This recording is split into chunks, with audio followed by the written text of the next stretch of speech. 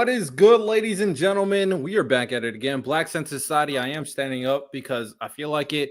And we have another episode. Today is going to be very interesting, kind of Black History Month themed. But I kind of forgot Valentine's Day is in a couple of days. So low key should have made it a Valentine's Day themed episode. But a lot to talk about. Super Bowl hangover. We'll talk about some video games. And we'll talk about a bunch of other stuff, of course. You got myself. You got Random, you got Santo, Miles will pull up. I'm not sure if Ty, Lonnie, and J-Rob's going to pull up. But with that said, gents, how we feeling? Chilling. Life is good, bro. Yeah, Should not drink the that right on. side of history, apparently, even though I chose the Chiefs. Well, by the way, what a sports weekend. And the one thing nobody's going to talk about is the fact that Joel Embiid basically did an interview saying, yeah, I'm cooked. I'm never going to be the same again. I'm injured. All the stuff that we've known about Joel Embiid for a while, he just confirmed it. And it's crazy that he used the Eagles winning the Super Bowl as that Friday news dump thing. And he thought, first of all, I didn't know. Bill Simmons knew, and that's how I knew. But nice job, Joel. Nice job. We do not care. Literally, he dropped that interview, and I was like, you know what? We don't care, bro. I had no idea he dropped that interview because there were so many things happening in the span of like the last couple of days with like the Super Bowl, with the controversy with J. Gardner-Johnson, with the quote that the Mavericks owner said that was stupid as hell. Like, I had no idea Joel Embiid said anything. I'm not gonna lie. Jaden, I'm sorry, but look, man, blame Embiid. Blame Embiid. Don't get mad at me. If I should have played the Olympics, then you should have said no. Then say no to the Olympics and go do something else. No, for sure. Also, Leroy, just because you're right doesn't mean I can't add my piece. Yeah, they are more versed in romance anime, but it probably would have been something like the best ships, top 10 romance relationships of all time. Like we probably do that next week more than likely. So it doesn't necessarily only have to be a romance anime, right?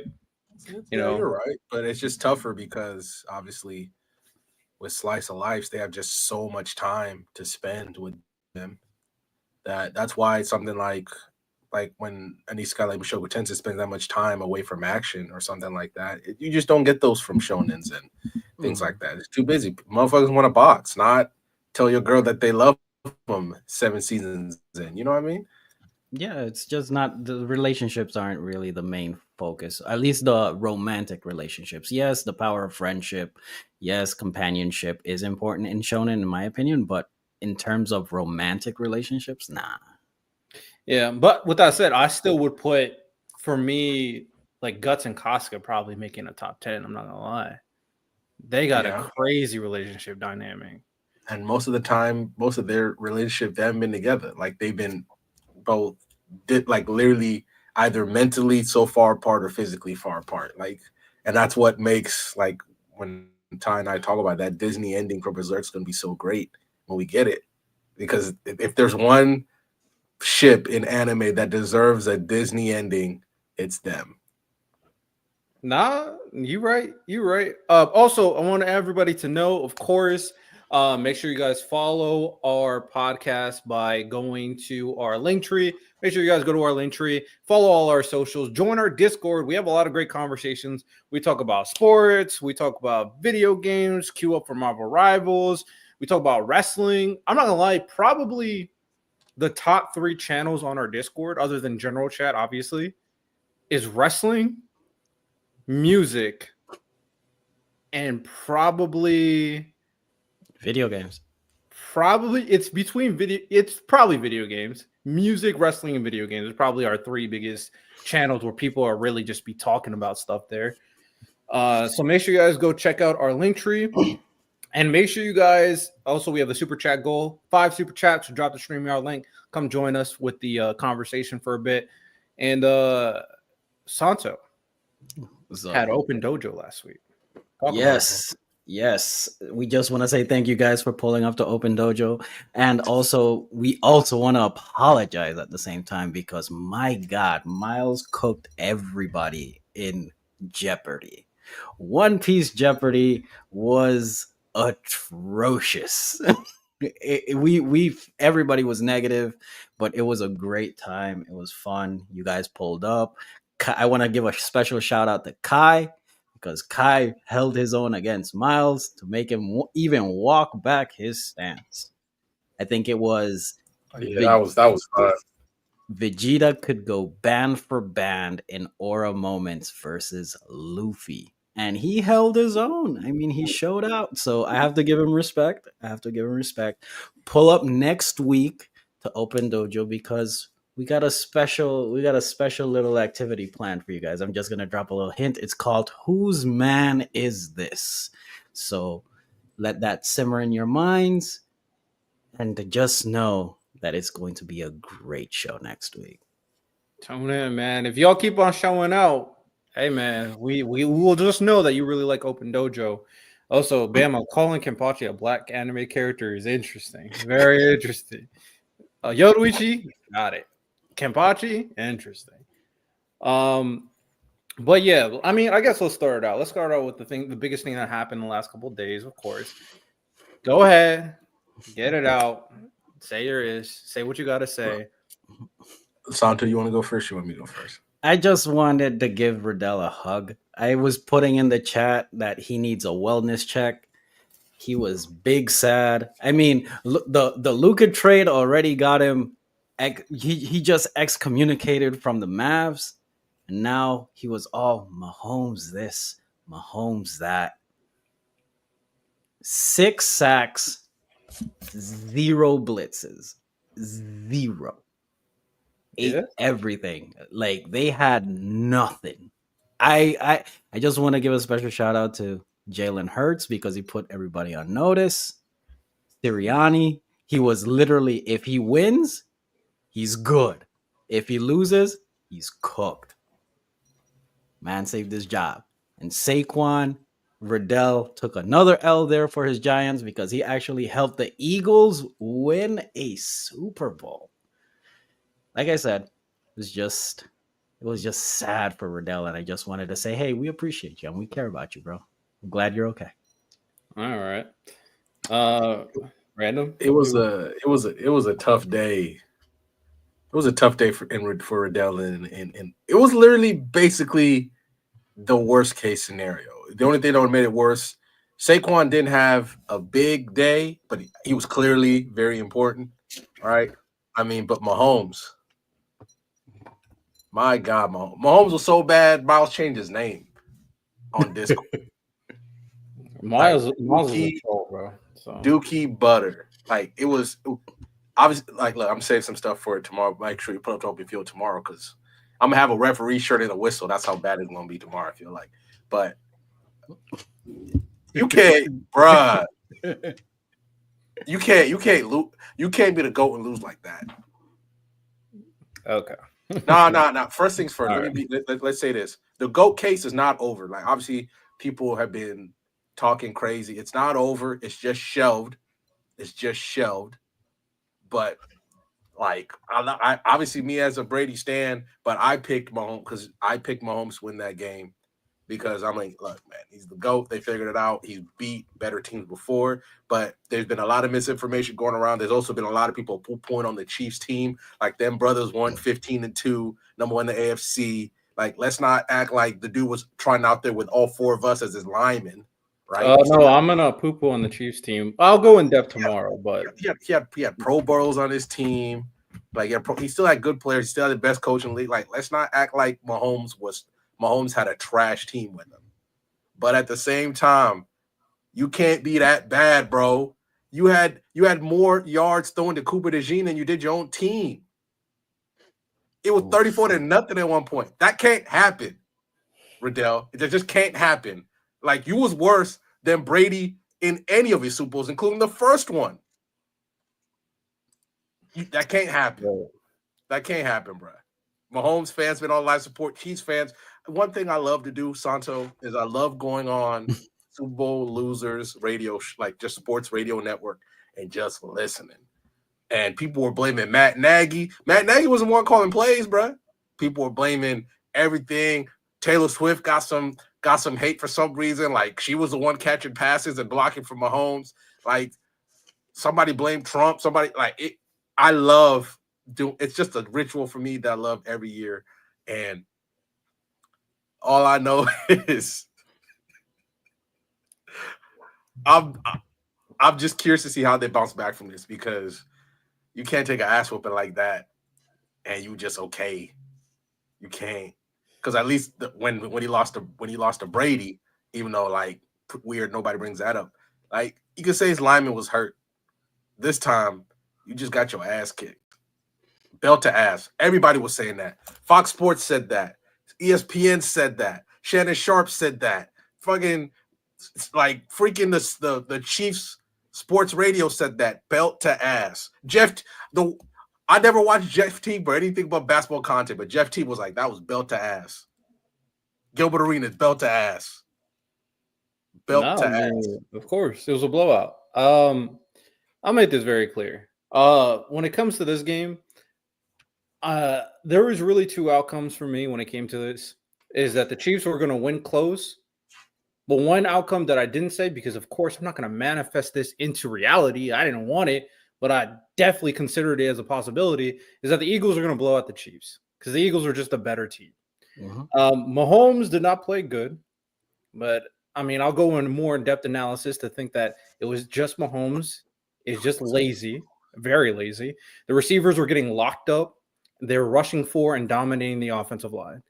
Mahomes got frazzled and was making terrible plays. So it's like, it is what it is. The Eagles, shout out Howie Roseman, fucking go to GM. The way he turned this defense from what they were last year to this year to being a historic defense, shout out Vic Fangio too, elite defensive coordinator. It's a credit to Howie. Somehow he got, because we were talking about on the draft, the Eagles got Cooper DeJean and Kenyon Mitchell somehow. Like the rest of the league was like, yeah, draft Cooper DeJean too. The number one overall rated cornerback in college. Draft him too. So they allowed him to draft him. Saquon going crazy. I mean, I like Saquon. I never stopped liking Saquon. So that actually doesn't bother me. But the worst case scenario did happen because Jalen Hurts balled out and Saquon Barkley didn't because the Chiefs made sure that Saquon Barkley wasn't the game changer. But Jalen Hurts was making plays other than the interception. But Jalen Hurts was making plays, of course. So am I upset that the Chiefs lose? Sure. I mean, it's not happy. I'm not too upset. It would be different if the Chiefs lost to like the 49ers last year. I would be crashing out. The Eagles team, it is what it is. Saquon had a great year. The Eagles were just superior to the Chiefs. Not much they can do. And the Chiefs need to look in the mirror and go like, yeah, maybe we should stop throwing out bums at receiver, and maybe we should replace some of these, the offensive tackle, Jawan Taylor, and the left tackle, and that would help the offense a little bit. So it is what it is. Santo, that's crazy. What? I've said this all. It would be one thing if I never said this all year. I've legit said this all year. I've been consistent about it. I mean, the average. I mean, it was just completely overpowering on both lines. Like the average weight of their line is 338 pounds. Like everybody, it is crazy.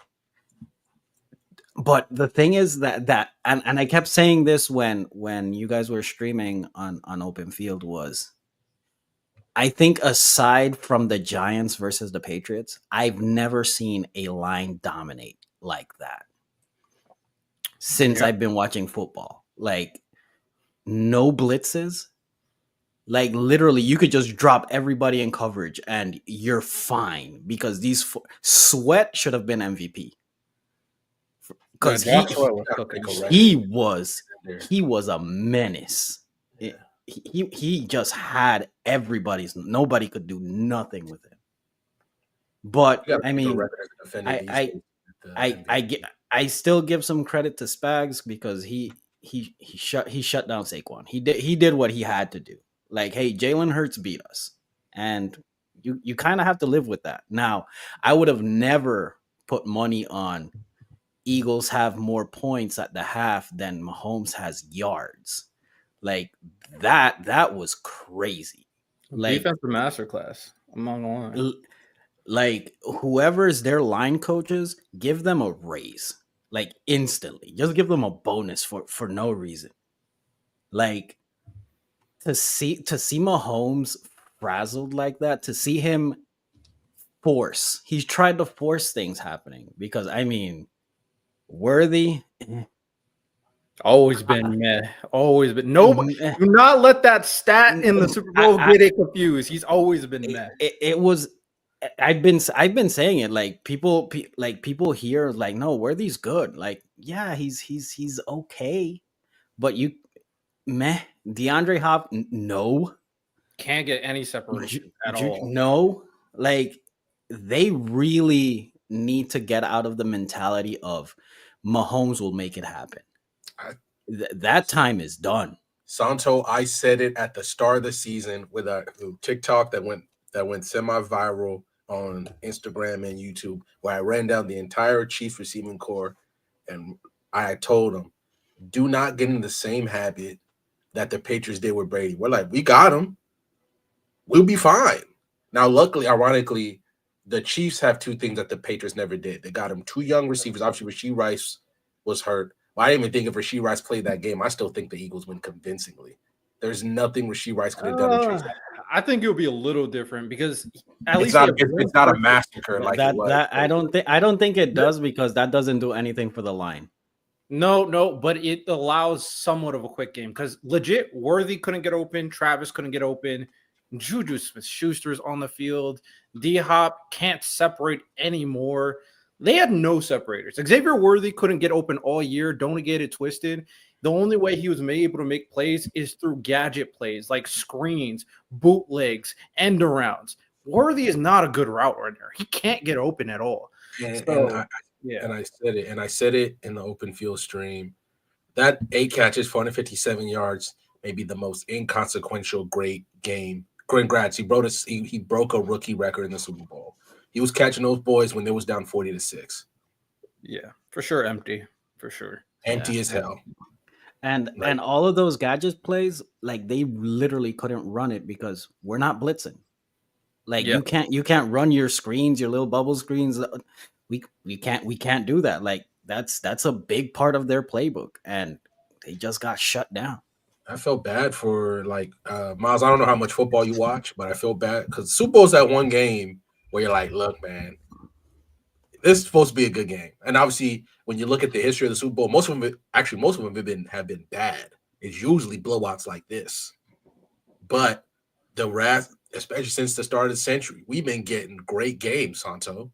Like Seahawks Patriots comes down to basically the Seahawks blinking. Obviously 28-3. Mahomes is 2 wins the Super Bowl. Even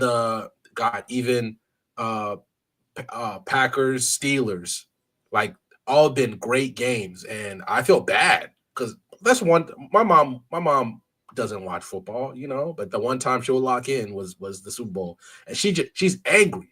She's like angry. So what the hell is this? This guy's supposed to be. That's why I felt like this guy's supposed to be the GOAT. Is he this bad all the time? I was like, all right, Ma, let's calm down. It feeds into the narrative that Patrick Mahomes is apparently not that guy. It's going to be nasty. That's the fans' fault, though. That's the Mahomes fans' fault, though. Mm-hmm. Mahomes has a lot of career left. From an ability standpoint, he's way better than Brady, and I think ultimately he's going to finish better than Brady. He's going to be the greatest quarterback of all time.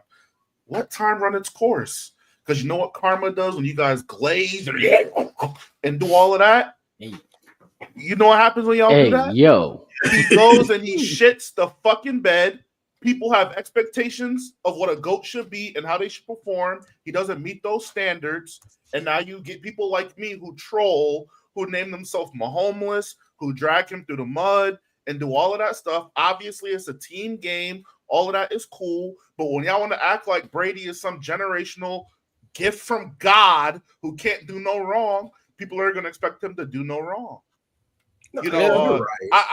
I'm a Brady fan. I watched football during the Patriots era.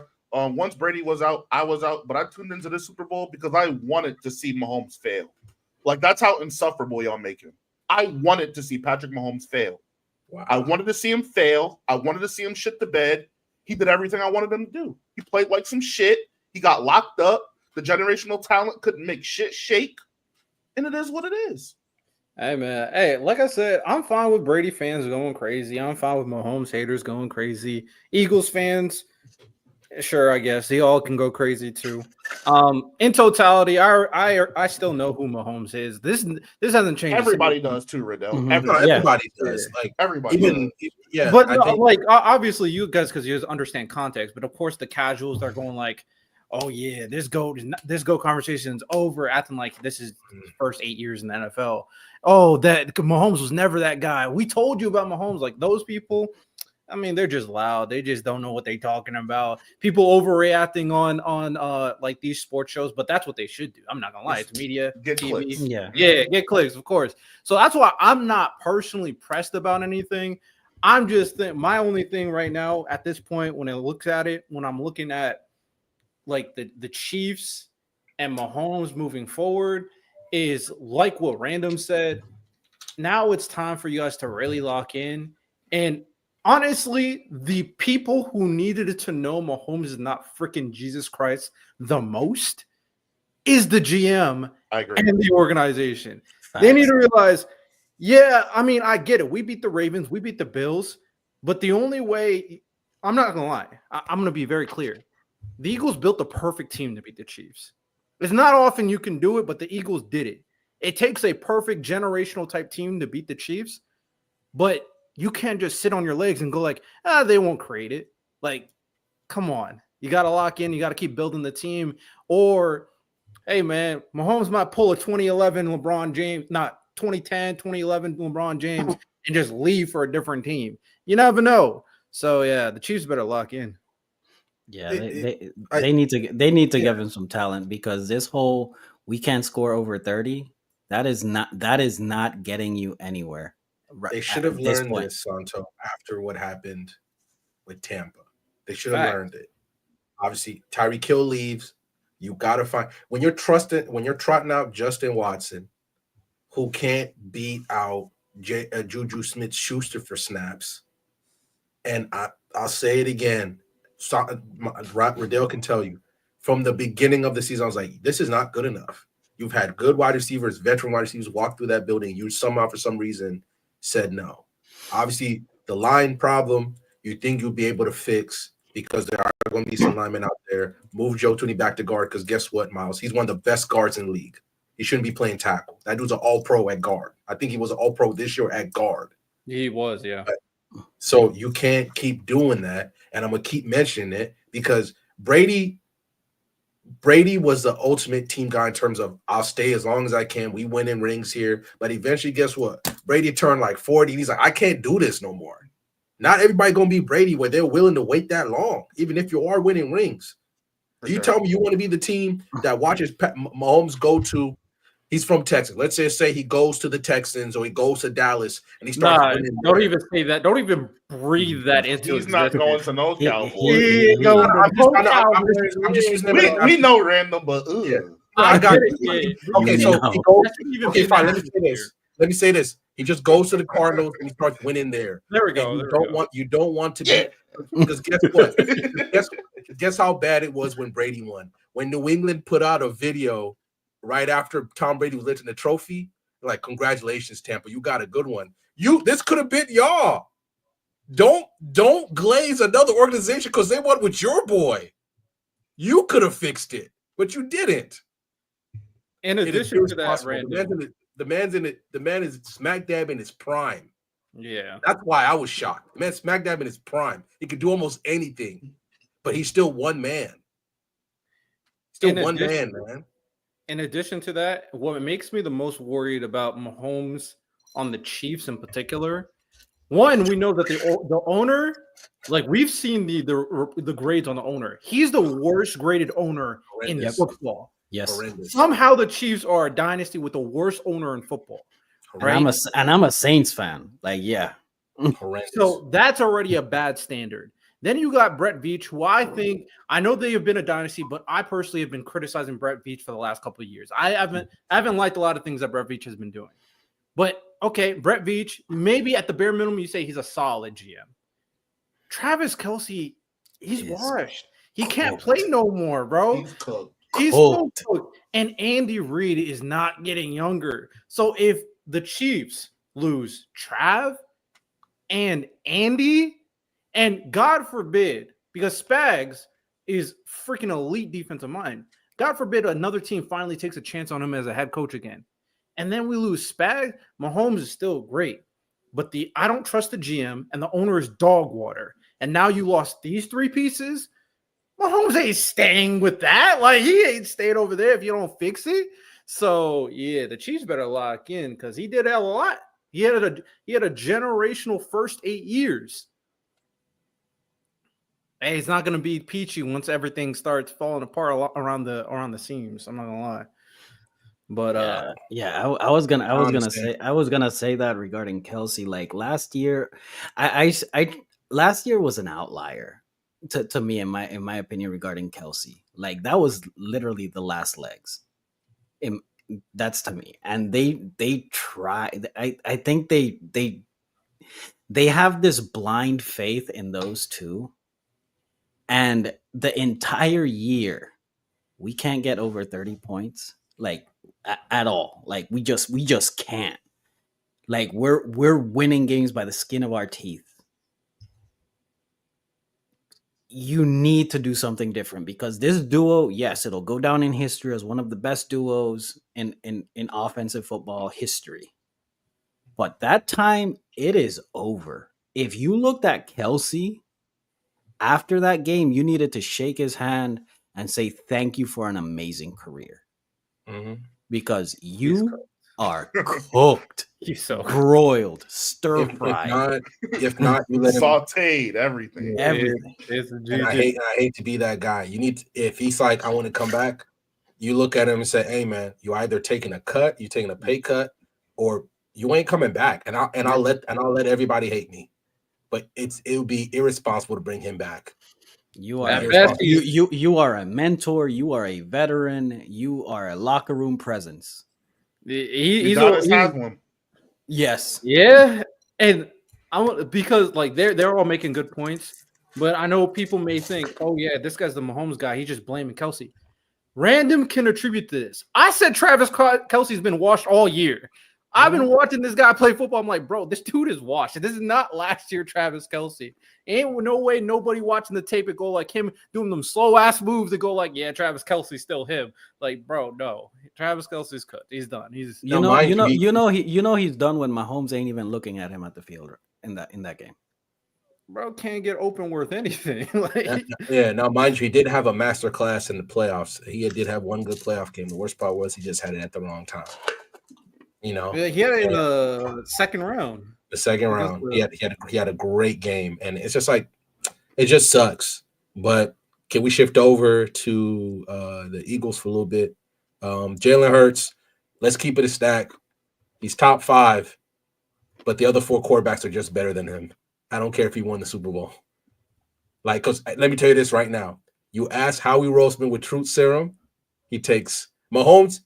Mahomes is an automatic yes. He still takes Joe Burrow over him.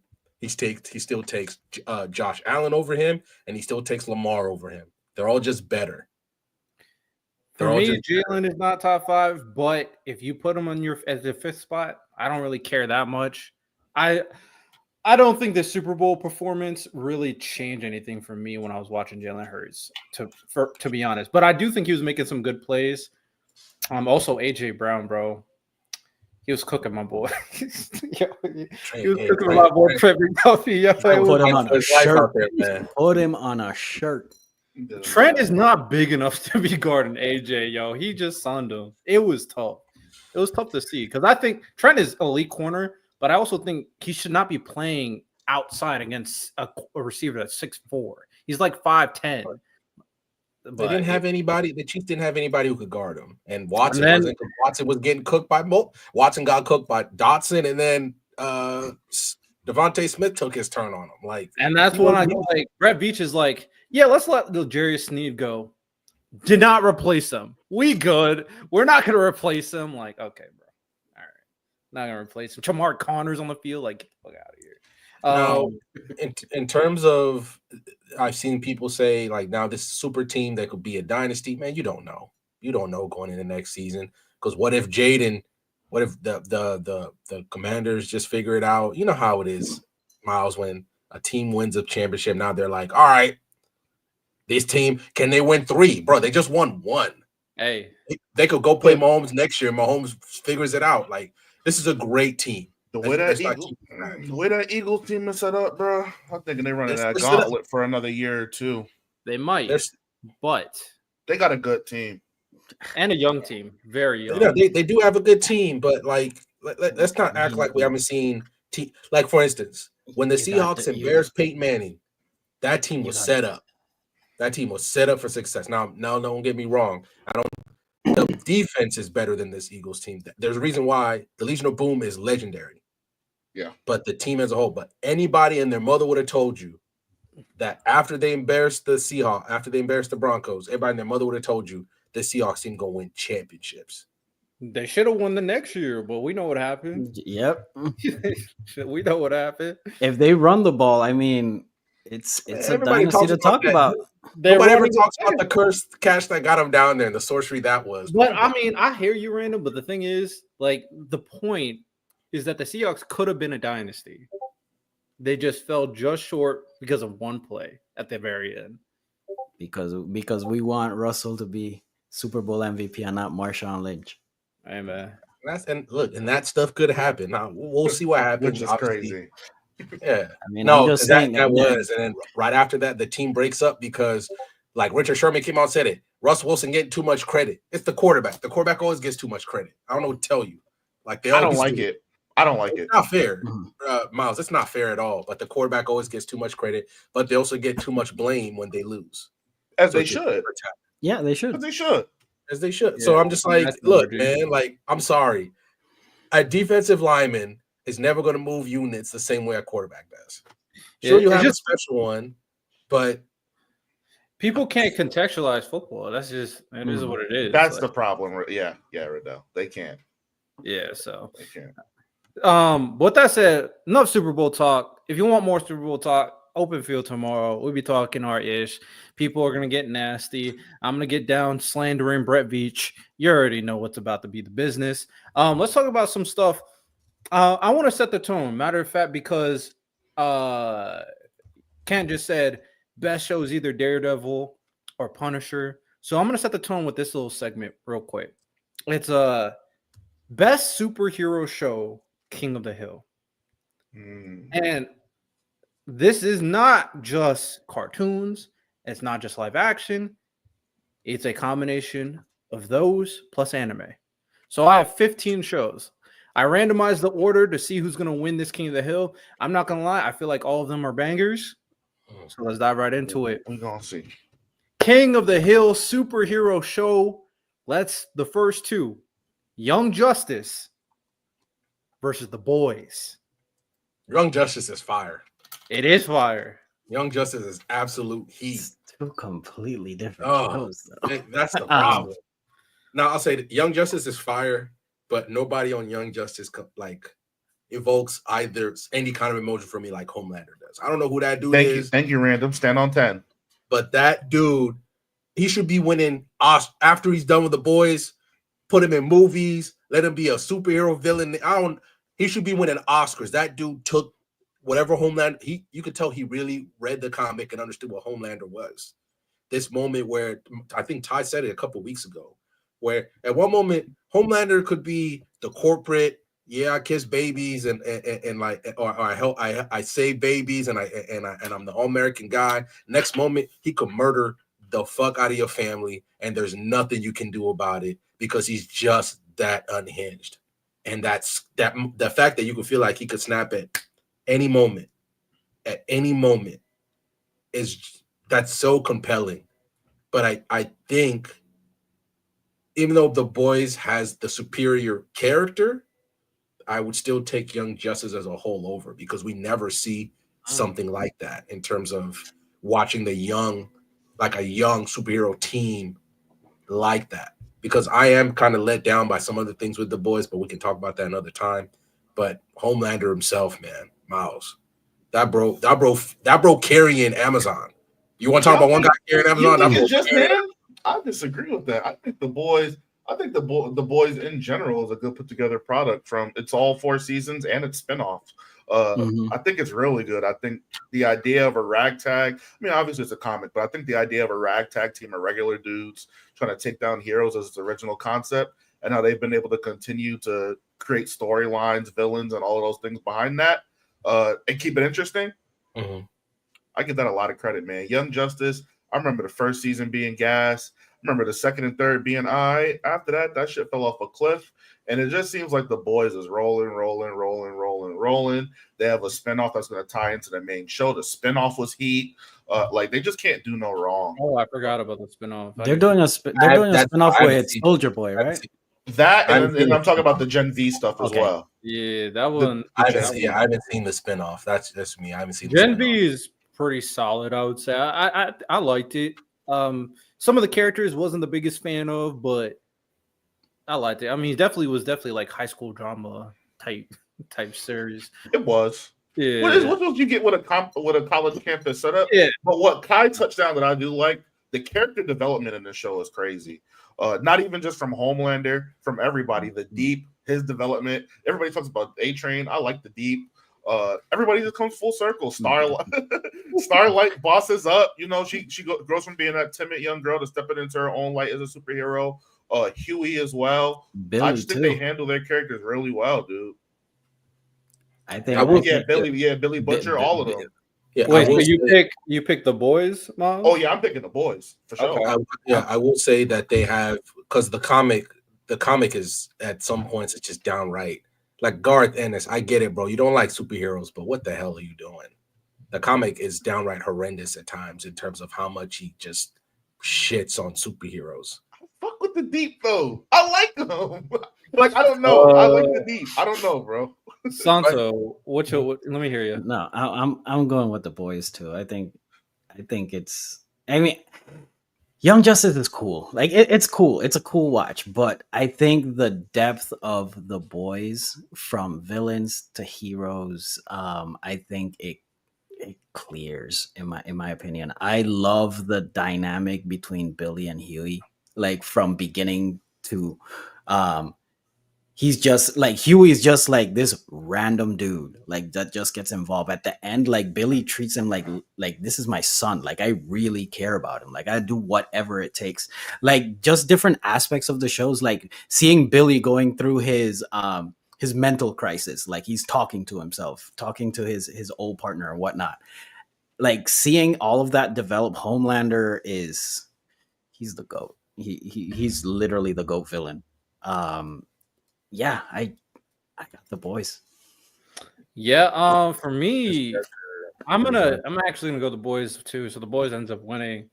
I think the biggest point is I do think Young Justice after like season 1 and season 2 I just stopped kind of caring at that point. I think one big problem with them is that they started introducing so many characters and it kind of got oversaturated. Because I like my core. I like my Robin. Robin was dope. Superboy became a simp. That was tough. That was so tough. Straight up. But overall, it was good. But the boys, consistent, still cooking. Boys goes. All right, next one. The boys, Peacemaker. Oh, this is tough. Oh, God damn it. I'm sorry. Yes. Peacemaker was I'll say this. John I'll Cena. give mine out right away. Peacemaker only has 1 season. I'm going the boys. Even though I love Peacemaker. But that one season though. Ooh. It was great. It was great. I'm still going. I have to go to boys. It just gave me too much compared to Peacemaker. But I like season 1 to season 1 Peacemaker for me for sure. But boys got too much. I gotta tap in. John Cena basically did what Chris Evans did for Captain America is what John Cena did for Peacemaker. Peacemaker was even lower tier villain compared to what Captain America was for the Marvel universe. And now people think Captain America is this big dude. He was a B tier hero at best, man. Then, yes, he was. Before the MCU, Captain America. Talking about Cap or talking about Iron Man? I'm talking about Cap. Cap wasn't like that. Captain America was that nigga. What you talking about? Yeah, you're probably Am I talking tripping? just you're probably just talking about the movie, like the first Captain America movie. Yeah, it was. But I think as you're a referring to- hero, As a hero, Captain America. We passed the 5-minute mark. Oh, we are. He was that nigga.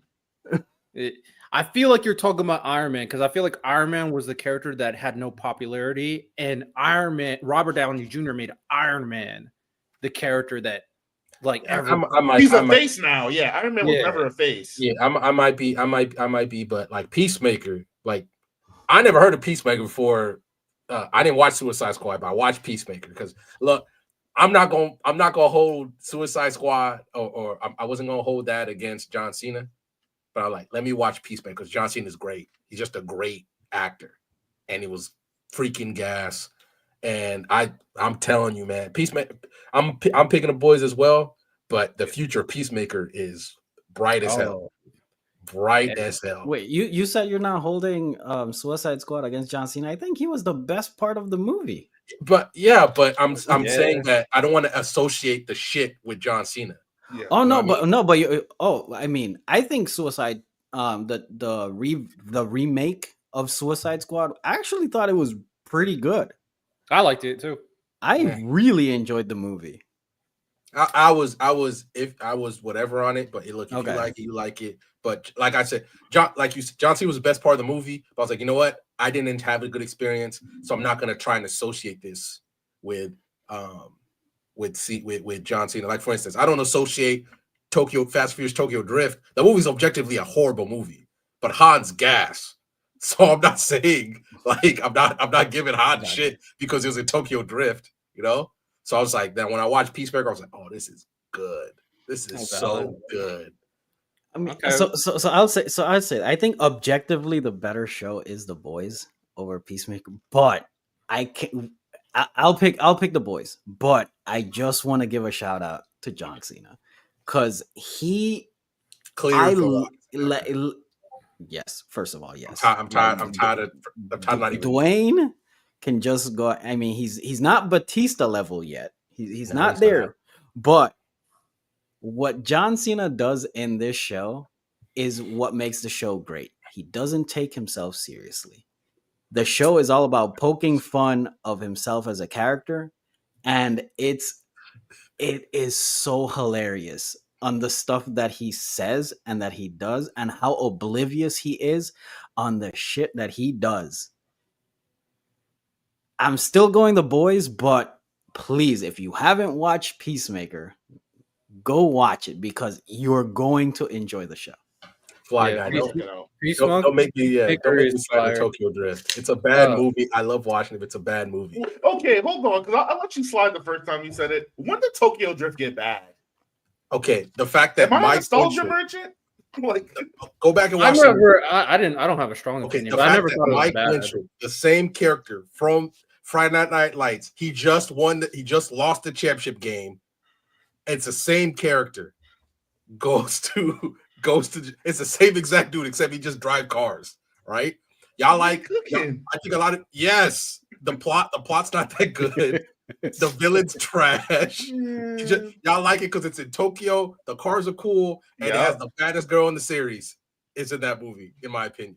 That's why you like it. And also, Vin Diesel shows up at the end. No, you know why people really enjoyed Tokyo Drift. Yes, objectively, it's not a good movie, but it brought back what we loved about Fast and the Furious 1. Yes. It made it about the cars again. Yes.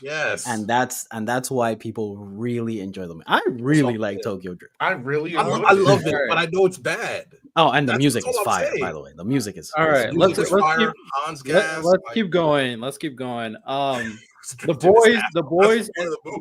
The boys ended up winning. Also, I know John Cena was getting a lot of praise. Shout out Vigilante too. Dude is hilarious. Dude is a great character.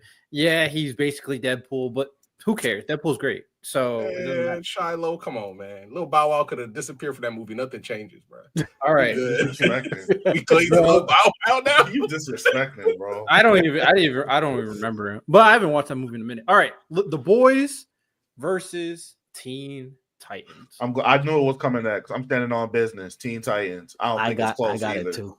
I don't think it's close either. I don't think it's a wash, but I got Teen Titans. I think that motherfucker is a wash. It's a shame it got canceled. Teen Titans was fucking gas. And how did it get canceled? Right? Okay, so from what I heard, it got canceled because of the scene when Raven's dad came into the real world and it looked like hell. A lot of parents were upset that this show was selling like this hell type world. They were like, "Yo, this is not for my kids." This is why we got weak kids. That's what I heard. That's what I heard. But that's what made it great, though. What I liked about Teen Titans is it went through each individual character, and they had major story arcs that were a part of the main season. So we had the Beast Boy go with Terra. We had I can't remember these niggas' name. Cyborgs went with the honeycomb dude, the honeybee dude who had the alternative school. He went over there. Yes. We had Raven and her father. Robin was Slade, and they nailed every villain. Oh, I'm sorry. Every villain. Wait, I'm talking to my blue lady. My fault. Headset problems. Every villain they nailed. The Teen Titans West, they nailed all of those characters. They literally hit every single benchmark and every single checkpoint correctly. The fights were good. They captured everything you would want in a Teen Titans show. They didn't do anything wrong. Even the romance was done very well. The romance was one of the best parts. All of them had elite romances too. Every single one of them. Starfire and Robin, Beast Boy with Raven and Terra, Cyborg with Beast Boy, because he was the one who got his development last. So I was like, "Hey man, y'all hold with my boy." And all of a sudden, Terra pull up, and I was like, "Oh, Cyborg was with Jinx, right? Huh? Jinx and I feel like Jinx and B-Girl, right? Cyborg was getting cheeks in that shit. And when he tried to create his own squad too, yo, they were locked in, bro. They could. They were locked in. Was the one with Starfire when she went forward in time, and like Starfire gone, Cyborg basically a stationary battery now. Robin's Nightwing, everybody doing their own thing. How does Beast Boy end up as a circus animal? What do you mean? How does that happen? Beast Boy can be anything. How do you end up working in a circus as that old man? Oh yeah, they're all depressed, man. Lost Starfire, man. You know what I'm saying? It's tough. Also, apparently, Batman saw that and said, "We all right without Beast Boy." Man, you'll see the theories about Red X supposed to be Red Hood. They're supposed to be. Jason I wouldn't Todd. be mad at that at all. That's the theories I saw. They're supposed to be Jason Todd. Because we never got clarification on who Red X was ever in the series. We had no idea. If it was him. He was tough though. He was tough. He was locked. All right, so kids two people go team. Santo, you went team? Yeah, I went team. I don't think it's a wash, but I was dragging it. You're kidding me. No, I got you. But I remember watching Teen Titans, and I was like, this show is all gas. Like there was like when I say this, when if we ever got a Teen Titans game in that aspect, I need the Cyborg when he has the ring and he's, I can't remember his name. I think it's Stone was his name. Yeah, I know what you're talking that about. Skin on Cyborg, I was like, okay, the artists are just cooking. That shit was show. tough. That shit was tough. I remember the computer game. I don't know if any of y'all played it. The fighting game? The fighting Yeah. That was fire, bro. That was the only reason I went to CartoonNetwork.com was to play that game. That shit was so good. Everything regarding, and I'm mad that there's a whole generation of people who don't know about that the way they should, because the Teen Titans Go and how it became a parody. And by the way, on that show, they just ruined Robin for no reason. And then they meet the original one, and it's I'm like, no, don't besmirch their legacy like this. I understand that Teen Titans Go is like a lot of people like it. I personally, and I know I'm gonna get flamed for it, I hate it because it's such a far left from what the original show was. It's blasphemy. And they brought back the voice actors too, so they really had to just do it. And Teen Titans Go went on for so long. Like, it had a runtime. A really long run. Yeah. Hey, man. That's a messed up set. When it was a definitely different type of series. At least they knew they were making fun of the characters. I think that's what we can say. Yeah, but they went too, when they convinced Robin that his parents were alive just for a fucking joke in front of the entire Justice League. Yeah. Like, that's where I was like, I can't. I Yo, can't with this. Even Batman, of all people, Batman was laughing at him. I said, absolutely not. Oh, it's still going. Absolutely Damn. not. Shout out Okay. to Of It's all still people, going, Batman that's should not be Yeah, laughing. yeah. They got it. All right, let's go to the next one. Teen Titans versus the show. We'll probably wait to talk about this until Lonnie's on because he's the one who brought it up for me to even catch up to it. Invincible. Teen Titan versus Invincible. And I just caught up too, so I'm locked in on what Invincible is trying to do. I got Teen Titans. I got Teen Titans as well. In Teen Titans, So it's do I. not close. But I think there are parts, maybe because I've read the whole series, that there are parts of Invincible that I wish more superhero stories would just tell. I think they talk about the dichotomy between like finally crossing that line to kill. I think is done very well in Invincible. I don't think the show is doing it as well as the comic is. I think how Cecil works is very well done in my opinion. I really like him as a character. Now the dilemma that I wish Lonnie was here so we could talk about. I think the dilemma is very good because it's kind of like, this is a layman's term, I'm just using it because the first thing came to my mind was when Joel takes Ellie from the Fireflies. Sure. It's like that where both sides can be right and you can fight about this for days and for months, for years, because people still arguing about it. Cecil's not right. But They I both see where have Cecil's logic. coming I from, lean with. but I don't like actually how he lean with did it. Cecil. I That's just where lean I'm with at. Cecil, but I don't think Cecil. Well, even Ty's chiming in. I lean with what Cecil's saying, but I think how he reacted to Mark was not okay. It was at all. ridiculous. It was absolutely crazy ridiculous. how he was reacting to Mark. Y'all some government dogs. I don't agree And- with what my dog. No. I'm not. No. I want to be very clear. What Cecil did to Mark is crazy. Absolutely. Putting a thing Absolutely in his ear nuts. is wild. That's absurd. That's crazy. It's crazy. But Cecil's logic about using these villains for the good of mankind, I agree with. I'm fine with that.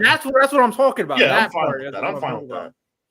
about. But putting the thing in his ears, and you know what pisses me off too? Oh man, Lonnie, I'm mad you're not here, but Lonnie's busy. He has an important thing to do.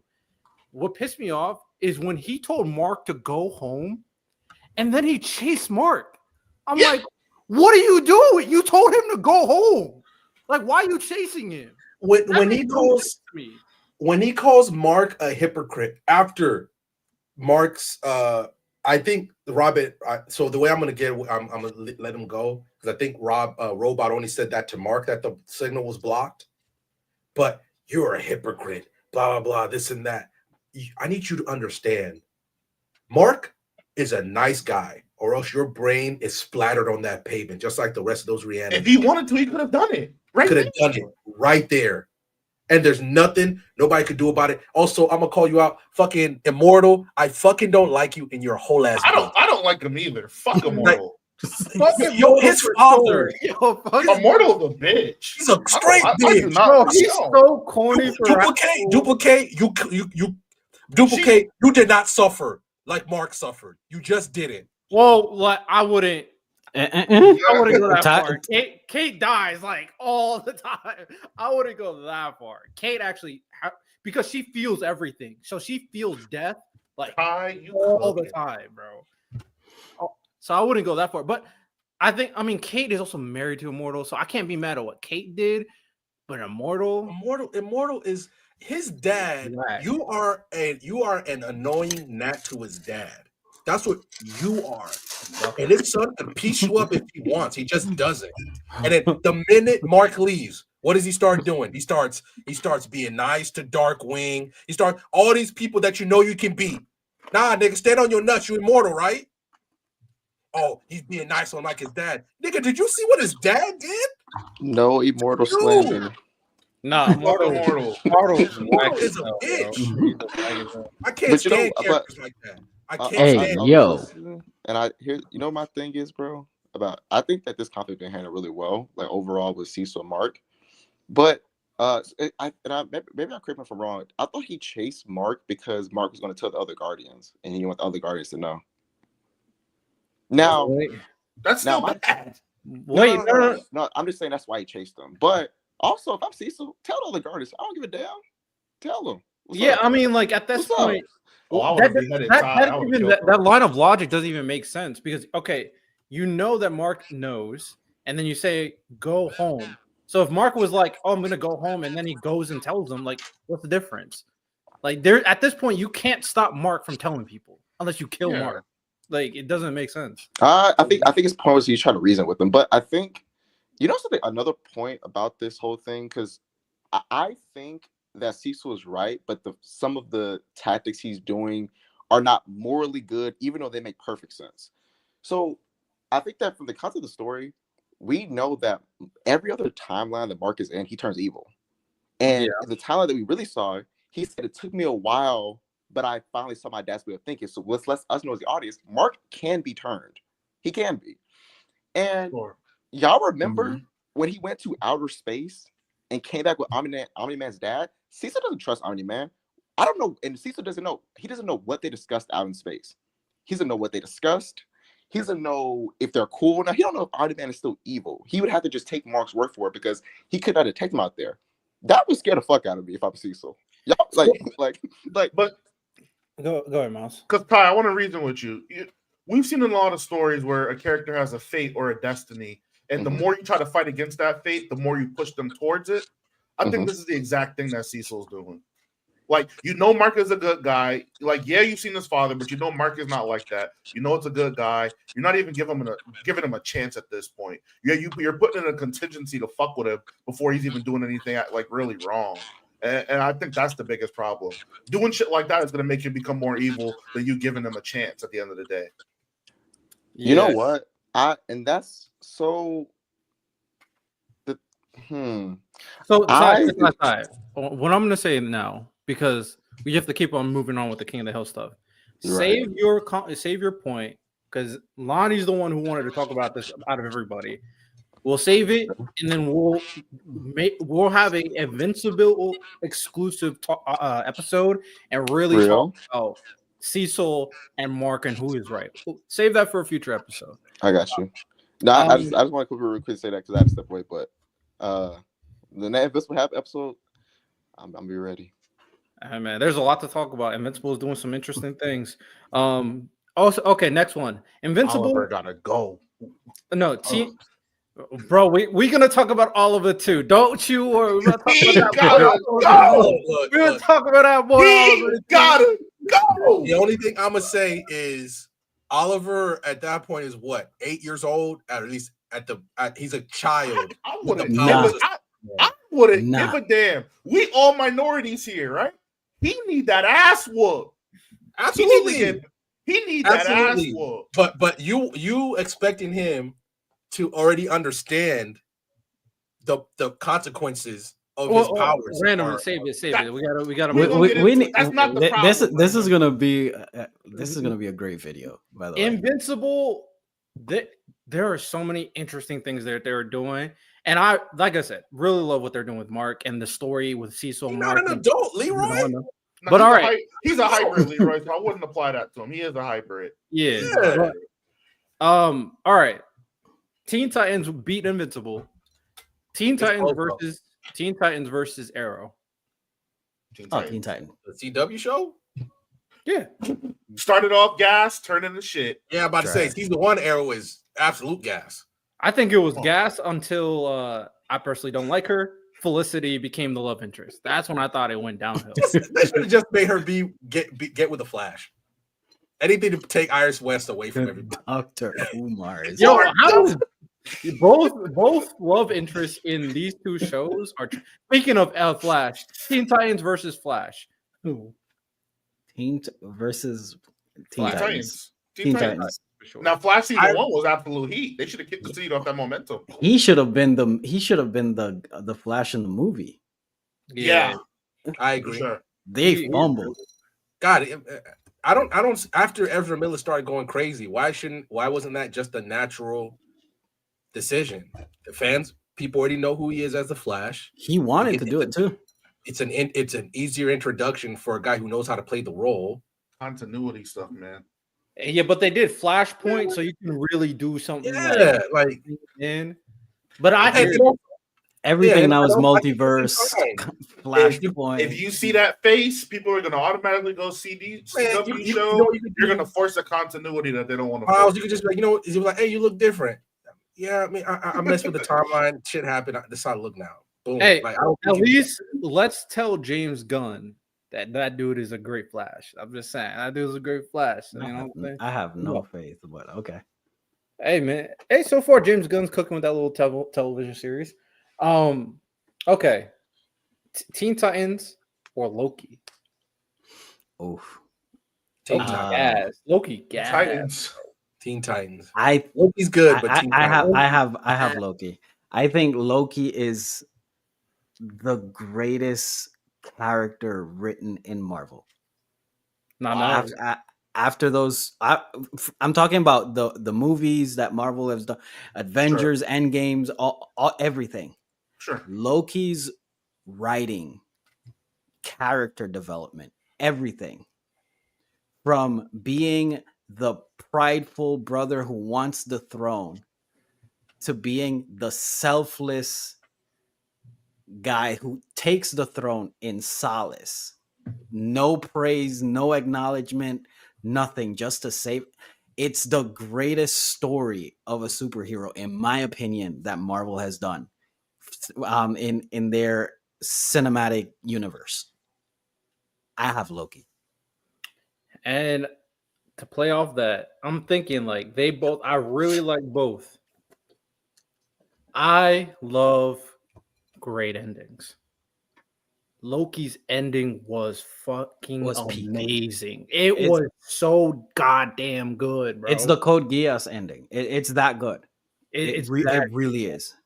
When he sits on the throne and he finally gets what he's always wanted, and it's incredibly sad because he has to do it in solace. No praise, no acknowledgement, nobody. He's looking at everything, and he can't enjoy nothing because he's holding the timeline together. Like, it is peak.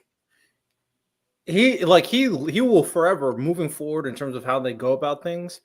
Loki will always be in your mind. Like, is he part of what's going on? Like, especially when the TVA is a part of it. I'm going Loki too. I'll be honest. I love Teen Titans, but that story, that development, that ending. Oh my god, bro! Loki is my favorite. No, Deadpool's my favorite character in the MCU, but Loki's my second favorite character. That shit was so fire.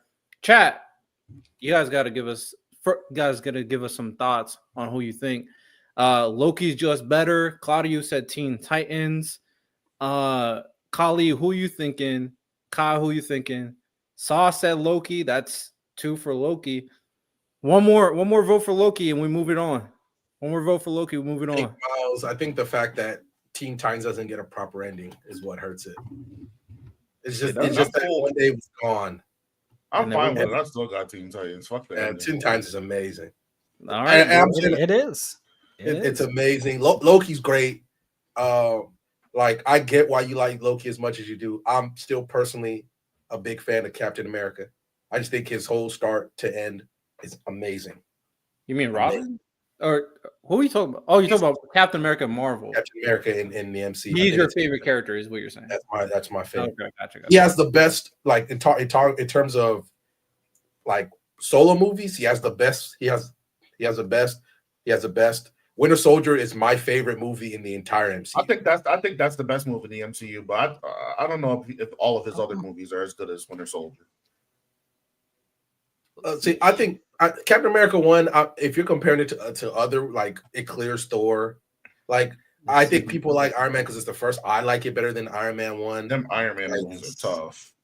They are. And Civil War was just their thing. It's Avengers. That's not a solo Cap movie. Yeah, I don't count that as a solo Cap movie. Yeah, it's Avengers 2.5. But Winter Soldier, I still haven't seen a solo movie that is as good. I'm willing to, like, if you had me pick between Endgame and Captain America Winter Soldier, I'd watch Winter Soldier. I actually agree with you. I actually agree with that. Do you? Okay, so No Way Home? Endgame, not Infinity War. Infinity War, I'd watch over. I was just about to ask about the Spider-Man movies. I've I'm watched big on those. They're Oh, good. just saying. They're not Winter Soldier. Like Winter Soldier was gas. So Black I didn't see Black Panther 1? Black Panther 1 was ass to me.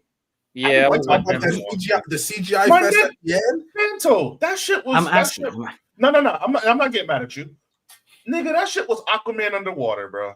I thought the plot was weak as fuck. I thought the final fight was weak as fuck. Nigga just did a flip over the train. I did not like that movie. yeah, I thought it was. I did not like that Wakanda Forever shit. That shit was not that good. No, Wakanda Forever, I think No, I'm talking about the first one. No, yeah, but I was meaning when I said the Wakanda Forever shit. I don't think that Black Panther 1 or 2, especially 2, obviously we know it's trash. I don't think Black Panther 1 was that good. I walked out thought of the it was theater. like okay, yeah. I was not I as think enthused as everybody Killmonger else. cares a lot with the first one. It was Killmonger just did a lot of it was work. quips and stuff though. Hey auntie, all of that shit is what gathered people. Nigga, the fight wasn't that great. The plot was all over the place. 1 second they're in Busan, the next day they're in LA, then they're in Wakanda. Like shit was okay. All right, well, let's keep on going. Loki versus One Punch Man. That's an interesting. I'm gonna pick Loki because of One Punch Man Loki. season 2. Yeah. But after season 3, I might switch back over to One Punch Man. I'm not gonna cap. Look, Yeah. however long this is The taking, manga is cooking Miles, I crazy need right you now. to be gas. You said you need 3 to be. They can't fucking. Bro, You we cannot. get so much content in that season 3. As far as the Monster Association is concerned, they can't fuck that up, dude. Yeah. We get Garo Saitama. Like That could be animation needs to be peaked. that could be the best fight in anime history right there. That Right. could be the best fight in anime history. if they It do. has the potential to. It does. When's the last time we seen like characters fight on planets like that? Sneezing in there, Bro sneezing and farting and just and still scrapping. turning them into dust. Nah. Oh my god. One Punch Man has the potential. Okay, Loki, My Hero Academia. Oof. I'm gonna take Loki. Loki. I'm taking yeah. I'm taking Loki too. Yeah. Chat, y'all saw the I- smile I- face, I- chat. I like my hero though, but yeah, I got Loki. My Hero for me was one of those things where I started, I got to see it through. I am not that. Oh, high okay. on it. Yes. I am not that high on it. He's like, I mean, yeah. Loki, Batman animated series, Okay, now we gotta talk. Oh, the anime? animated series, No, the We gotta Cartoon have There is Cartoon Network. original. Look. godlike. Talking voice about one of acting, the by the way. goats of the game. One of the goats. Look, I'm not a big fan of Batman, but Batman in the animated series, he's gassing that. I'm taking Batman. So listen, I'll ask a question and this will determine my answer.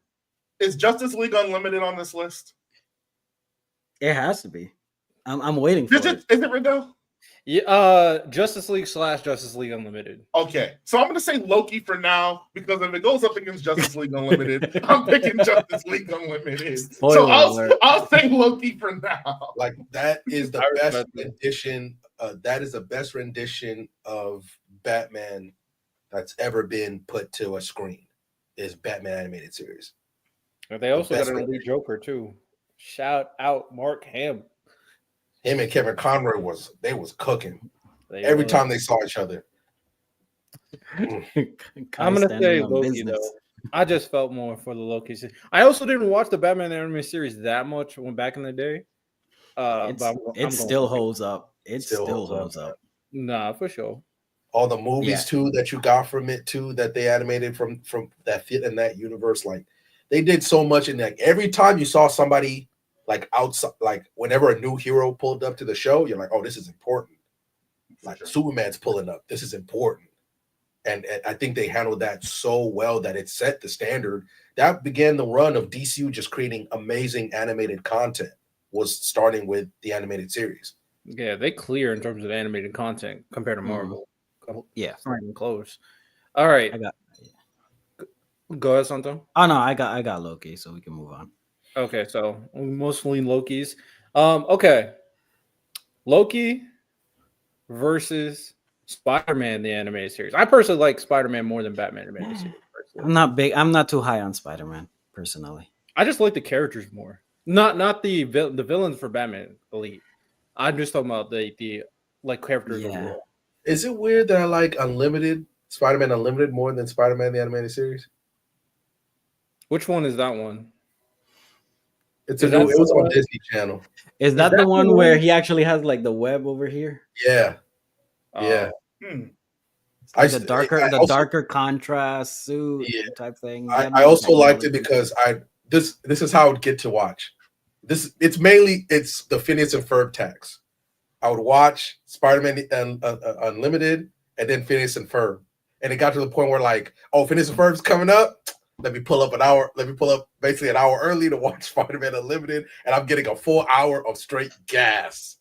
And because Phineas and Ferb, I'm willing to say it's one of the best animated shows ever put out. I Like, agree. Like, but Pretty- Unlimited, Different combo, but Phineas and Ferb was great. Unlimited, Spider-Man Unlimited was great. I love that a lot more than. I got Loki, by the way. I got Yeah, Loki as Loki. well. I'm banging with Loki as well. Okay. Loki versus Daredevil. Oh, I think there are parts of Daredevil that are incredible, but I think mess around with Elektra that much threw me off.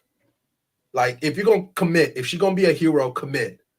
I think they mess around. At least to me, it felt like too much to be like, oh, she's gonna be a hero, she's gonna be a villain, is she not gonna kill? Like, but when the Punisher walked in there, gas. The moment, remember when he fully lost like his powers? I'll never forget that moment where he's just screaming in his apartment and you can't hear anything. And I'm like, oh, they're cooking. And also the fights were good because it showed you one of those where like, okay, Daredevil goes through a hallway, beats up all these people. That hallway. It's is insane. a I thought it reminded me of Jason Bourne. Mhm. Like, And then it was like, that oh, good. and it was one of those where like, yeah, you hit him, but these are some trained dudes. They all just like, he gets to the hallway and he's like, all right, let me keep it moving. They all just get up. And I'm like, oh, Daredevil, you got to commit. And also the fact that dude was a better fighter than Iron Fist was hilarious. How do you get this dude's supposed to be the strongest fighter, hand-to-hand fighter on the planet, and you don't send him at least to go learn some martial arts from somebody? Nah, Like, they come on, they bro. sold on Iron Fist. He was the I worst hated character Iron out of- Iron Fist was so bad. It He was so terrible. It was like everything was like seeing the choreography from Daredevil to the choreography in Iron Fist. It's like they're moving at like 0.5 speed. It is so bad.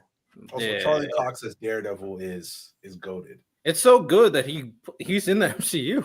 Like, that's how good he was.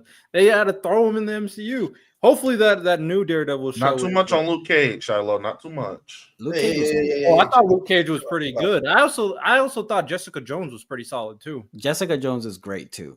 I will say I still have Loki because I think Mhm. Loki as a show completely, I think it's better than just one season of Daredevil. But I will say the villain in Daredevil, Fisk, Kingpin.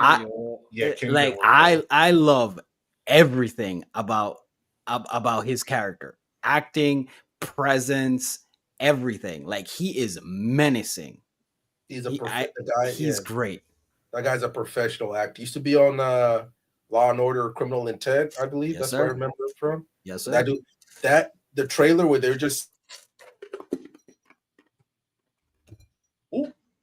You froze. Is he cooked? You That is froze. lagging.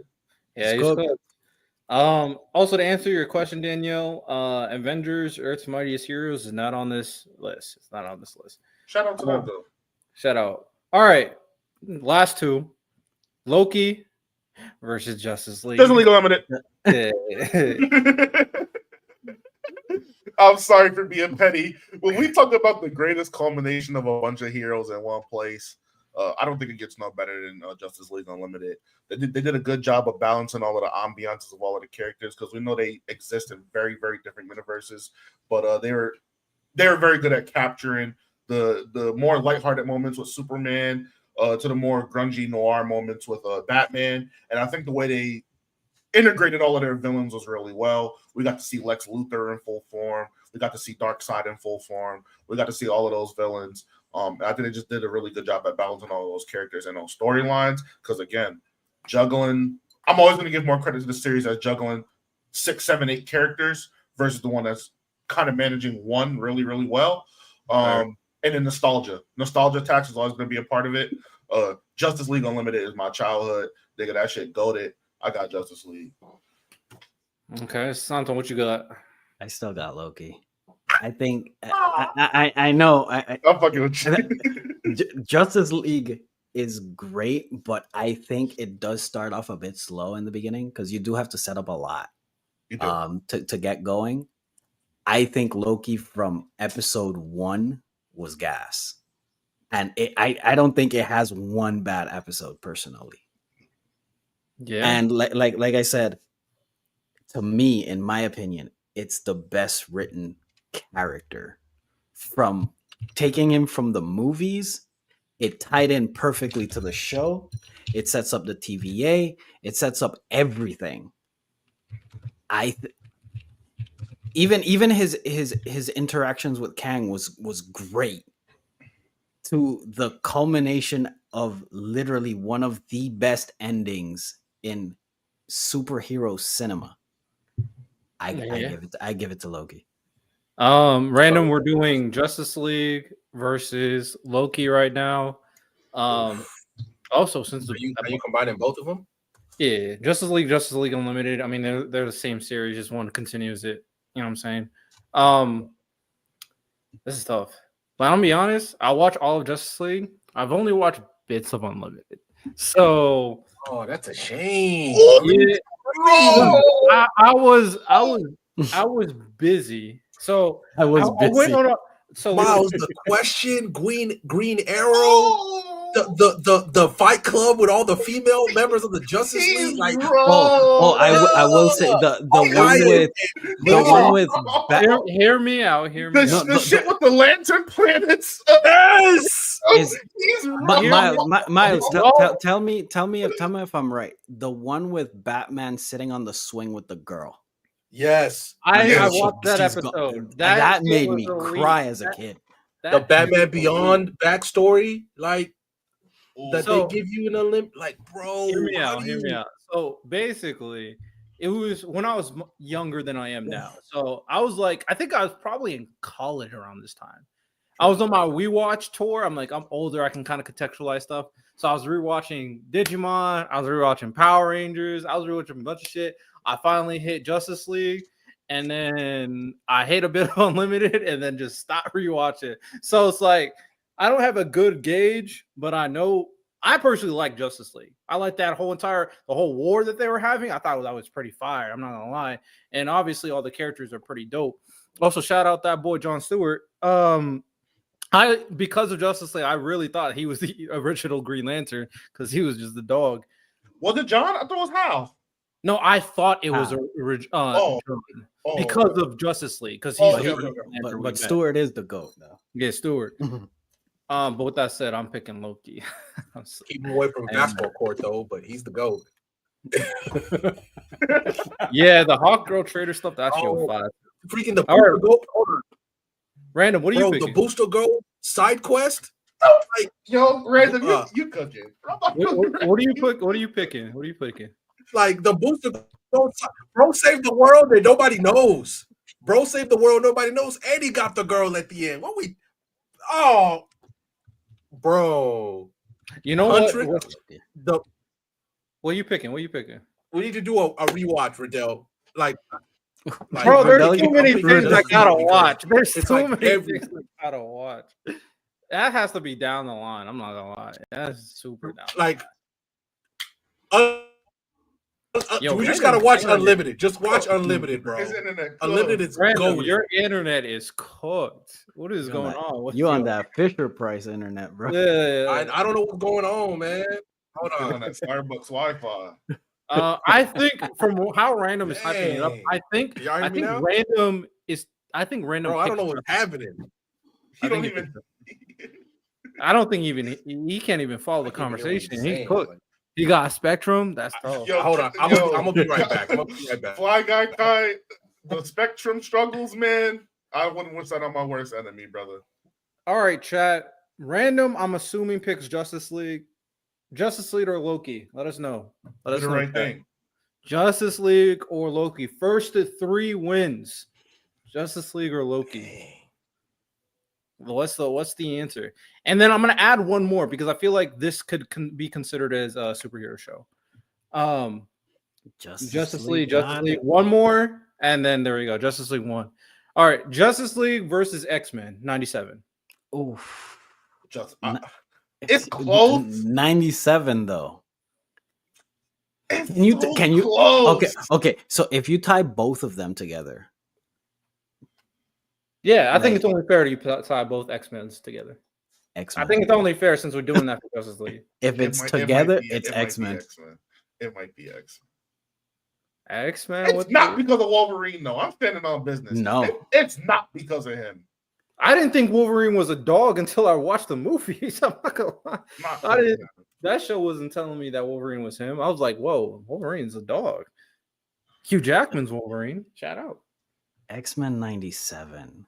Oh, I came back at the right time. It's a masterpiece. Spectrum trying to hold me down, but I'm here to glaze. Spectrum? I got Spectrum and I got no problems. I'm at my mom's, so I technically she has Frontier. Oh, so that's what's the word. Okay. So it's X-Men and X-Men 97 versus Justice League and Justice League Unlimited. I think X-Men 97 is peak. I think the writing is phenomenal. I think Gambit's moment, goated. That's all you had to say, bro.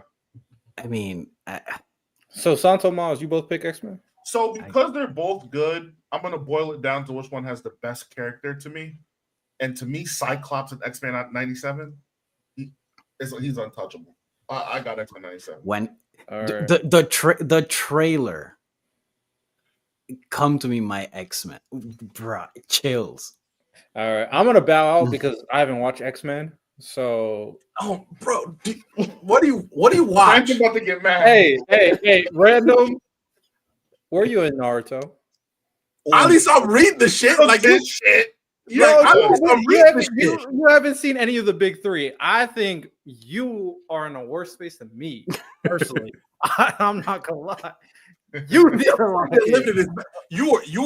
Justice League Unlimited. You was a kid when that was going. Like that's mandatory viewing. I don't know what to tell you. I was watching. You were a kid when Naruto was going on. Exactly. To be fair, I was trying to learn how to speak English, so I'm sorry. Okay, that's fair. All right, but I will tell you what I was watching. I was watching not only anime, because I was watching One Piece when I was young. I was watching Power Rangers and Digimon. So I was like in the more anime train, and then Teen Titans obviously throw that in there. Ben 10 versus X-Men since that one. X-Men. I mean, it's a wash. Oh, I love Ben 10. Ben 10's great. Ben 10's cool. Wait, it is X-Men and X-Men 97? No. I ain't mad at what you're saying, but I mean, listen, man. That Omnitrix can take a walk. Alien Force and Ultimate Alien, that was low-key peak television. That shit was gas, bro.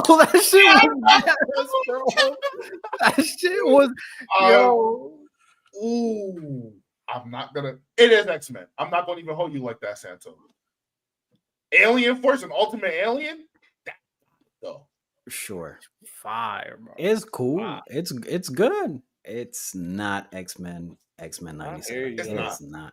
Do we slander Rogue yet? Or thank God J-Rob ain't here to goalpost move for her again. Rogue is a thought. She for the galaxy, not for the streets, bro. What are we talking about? I need to peep. Michael said, "What happened to NFL Players' Choice? I don't even listen to Players' Choice anymore. PC football is gone, so it doesn't exist anymore. If you want to go see football and see some of our takes, you got Trent Show, you got Open Field, and then obviously J-Rob doing some crazy business by interviewing some football people. So there are places to find us, but yeah, Players' Choice football." That shit. We done this first. It's cooked. Leon, that's a good honorable mention. 2002 Ninja Turtles was tough too. That's true. Yeah, that's pretty good. I didn't like it when they went to the future, though. Marvel Superhero Squad. That was more so in the Kitty Squad, but Yeah. that was also a good show as well. It did a little chibi icon type of thing, but it was really good as well. Did you watch Avengers? The Marvel Mighty, Avengers one? Earth Mightiest, yeah. Earth's Earth's Mightiest Mightiest Heroes? Heroes? Yeah, sure. Yeah. Can I bring up one? Sure. X-Men versus Kid Next Door. That was What? great. Kids next superhero, Kids Next Door. I never really considered. Oh, you're saying I thought that was like, wait, they did a collab? Oh, What was that? No, versus. That's what I thought. I was like, No, I got what Number Santo was one, saying. He it's said, Icons having a conversation. I needed to be there for it. Don't Okay, play cool. with me like that, Santo. I got- God. Kids Next Door is great, but Kid Next from Door was what I've great. seen from X-Men, I'm more than likely would pick X-Men. More than likely. I haven't seen Kids Next Okay. Door in a while, but I wouldn't be bummed out if I had to watch Kids Next Door. I always had fun watching that. Those last two Kids Next Door movies, man, peak. Yo, that with number 0 and Grandfather, bro, that shit was fire. That shit was a great storyline. How they wrapped all of that Mhm. up. That was really good. Yeah, and the reveal about the children being what's his name's former squad. That That shit was fire, bro. That shit would get the only thing I was kind of upset about is father not going crazy. He was I'm about getting very. yeah. Oh, forget it. I was Yeah, like, he bro, stopped, what? bro. I was so upset. I was like, man, stand on business, bro. All right, with that said, that's all we got for that. X-Men blessed. and X-Men 97 won the King of the Hill of the superhero shows. It is, based off that list anyway, the best superhero show of all time. Shout out. We were blessed because a lot of those were happening at the same time. So we were just like, dang, man. When cable TV was hitting for Them sure. kids don't got it like we did, man. I swear. El Tigre. Hey, don't start with El Tigre. I was watching that too. Secret was tough. I played the games too.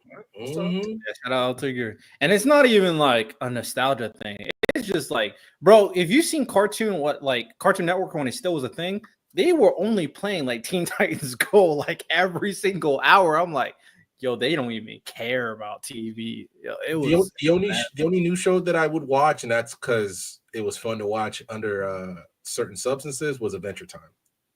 I like that, Gumball, and Gumball was regular fire. show, and regular show. All I'm three gonna of throw those one were more pretty in good. there. Steven, I personally liked it. Oh, you were about to say it too. I think Steven Universe was gas. Steven was cool. I think Steven Universe Steven was gas. cool. I mean, my favorite show at that time was Chowder. Chowder was so Rada. it was comedy, like good comedy, not the stupid comedy. Chowder was in danger every time he messed with that girl, though, man. Like, Yeah, man, she was on What was time. her- I can't even think of her name. What was I her can't name? remember her name, but I was like, she's just like the girl that used to talk Timmy Turner on Fairy Odd Parents. Oh yeah, like Trixie. Yeah. Yeah, I was like, keep Trixie away, and like, bro, I need y'all to understand. Well, he Trixie got was- with her. He ended up getting with her. Look, In the man, future. that's the future. But I want you to know, Trixie was so bad. He literally went to court and got a restraining order against her.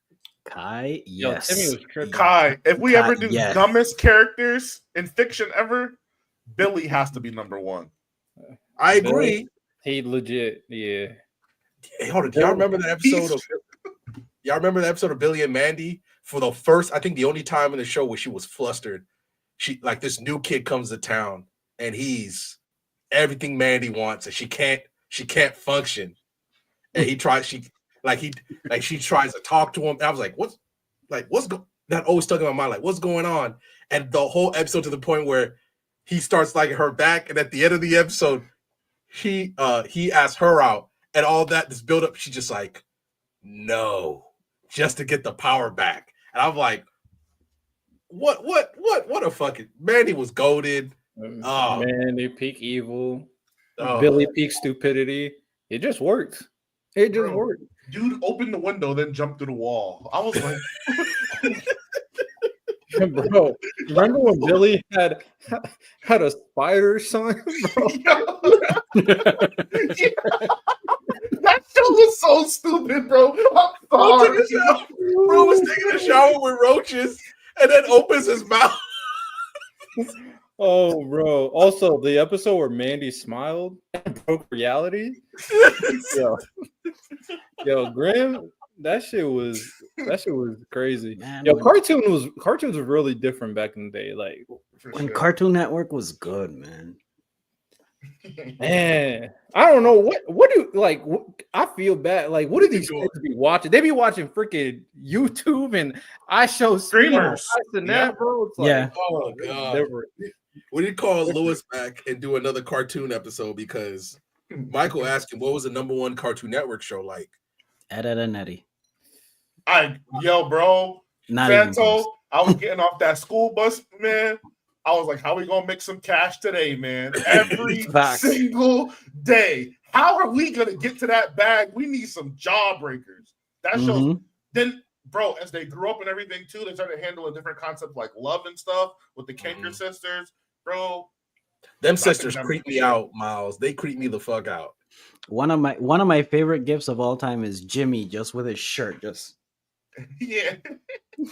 great. Raul was my dog, though. Raul was prepared. I feel like if you Son caught of a Raul shepherd. on the wrong day, you're getting your ass kicked every time you saw Raul.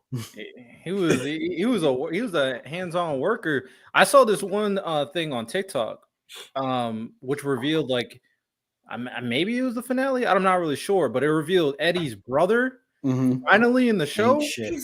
and that dude would beat the living shit out of Eddie. It was bad, bro. It was crazy, and they had to team up to fight against his brother. I was like, okay, all right, I respect it. Shout out Courage the Cowardly Dog too. Great show. That was terrifying. Wow. That show was terrifying. They'd always lead you into Adult Swim too. Whoa, That's why. oh, what's that? What's That was Uzumaki, but it's a Return cartoon. the slab. Flag. Yeah, oh, that shit. That show Rent was free, terrifying. rent free. That one. Nah, they really. You could literally watch Cartoon Network all day and not because you start in the morning with like Dexter's Laboratory, Powerpuff Girls.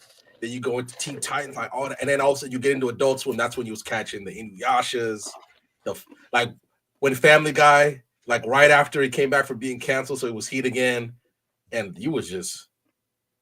Hey man, if we maybe, I'll say this: we're going to be locked in for these top tens. One of these top tens, we're going to be doing a top 10 cartoons of all time. We're going to be doing that, and we're going to be locked in. We'll differentiate top 10 cartoons with top 10 adult cartoons too. So Robot Chicken is underrated. It doesn't get nearly the amount of love that it deserves. Damn good, but my goat is always and forever South Park. That shit fucking hilarious, bro. The Celebrity Deathmatch, fellas. Let's not forget. That show was great. I don't even remember. I don't even know what that show is. That show was great. I seen a few. Santo. No, I seen the Deathmatch was cool. It's literally Robot Chicken, but just death matches the entire time. Bro, when you saw the Backstreet Boys versus NSYNC and the next match was Christina Aguilera against Britney Spears, gas. That sounds funny as well. All right, let's finally get into this top 10. So, in the spirit of Black History Month, we are going to create the top 10 Black anime characters of all time list. Now, like I said, we're going to be locked in for these top 10s for the next couple of episodes. We did the top 10 final anime showdowns. Now we're going to be doing the top 10 Black anime characters. I would say, because it kind of gets weird for some of these more niche series. Like, for example, Ordeal. I think I'm pretty much caught up. It's a black character type series. A lot of great characters in there. It's just hard to, like, objectively, they have better characters. Shouldn't make the list. That's when it kind of gets a little iffy because it doesn't really have the clout, even though it deserves it. So we'll try to stick with more recognizable names. Can we have a ruling first? Are we claiming Piccolo? Only Black characters. Piccolo's an alien. We're not doing alien. You're not doing aliens. We're doing Black characters with the code melanin. We can't. Look, No, they gotta Green have. is They gotta technically melanin. I'm just saying. I said chocolate. I said chocolate. Okay. All Look, right. Miles, hey, honorable mention because Pickle, from the minute he showed up on screen, people been claiming him. The culture. Hey, random. If we get to 9 and we're stuck and we need a 10th, we putting Piccolo on that We're one. putting Piccolo on there. Let's keep it a stack. Man, I'm not. I'm just trying to make sure we have black people on this. Mr. Popo. If it's just on melanin, he's up there. He fits the bill. Yeah. He definitely up there for melanin, bro. I'm not gonna lie. All right. So, do we want to just name characters and then order it, or we want to start ranking it right off rip? Why don't we want to do it? I think we should name them. I'm always like we should name them first and then rank them. Okay. All right. Let's name a few. I got one right off rip. I got one too. Scar. Well, I think that's both. Yeah, that was mine. I thought Scar's fantastic. I mean, not much to say. Scar's fantastic. We'll talk about it more later if we got to rank him. But I mean, we all know Scar's fantastic, so I don't really got to say much. I was gonna say, since I'm locked in, Blackbeard. Oh, I didn't even consider Blackbeard. He is a black man. He is. Yeah. Okay. All right. We're cooking right off rip. You might have screwed my list up, Santo. I might put bro a little high on that motherfucker. I'm not gonna cap. Yasuke, hell, Yasuke ain't making this. We are not disgracing our list with that bomb. Hey, no. Even his manga's trash. We don't want to talk about that, bro. They fumbled everything about that. Yeah, Afro's gonna be up there too. For sure. Yep. Yeah, Afro. I was gonna mention Afro, but they took it. Oh, okay. I'll put it. Is that your pick, Miles? No, it just he's one of the people I would have picked, and he's on the thing. My actual pick is Killer B. Yep. Are we going multiple from series? Let's start off Okay. with one, and once we hit that point, because there is certain series that have multiple, then we can bring up. But let's start off with one to start off with. Random, you meet Killer B yet? Yeah. Yeah.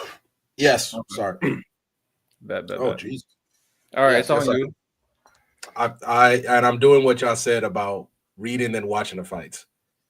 Okay. So you've seen The amount of aura Sasuke's gonna have to make up. He saw it. He saw the fight. Yep. Oh, you saw the Killer B ass whooping. The amount of aura Sasuke's gonna have to make up for what I saw. Yeah, it was. Look, all I'm gonna say this: if this happened to a myriad of other characters, we'd be writing them motherfuckers off. They'd never live it down. They never live it down. Killer B was putting belt the ass talking about wee.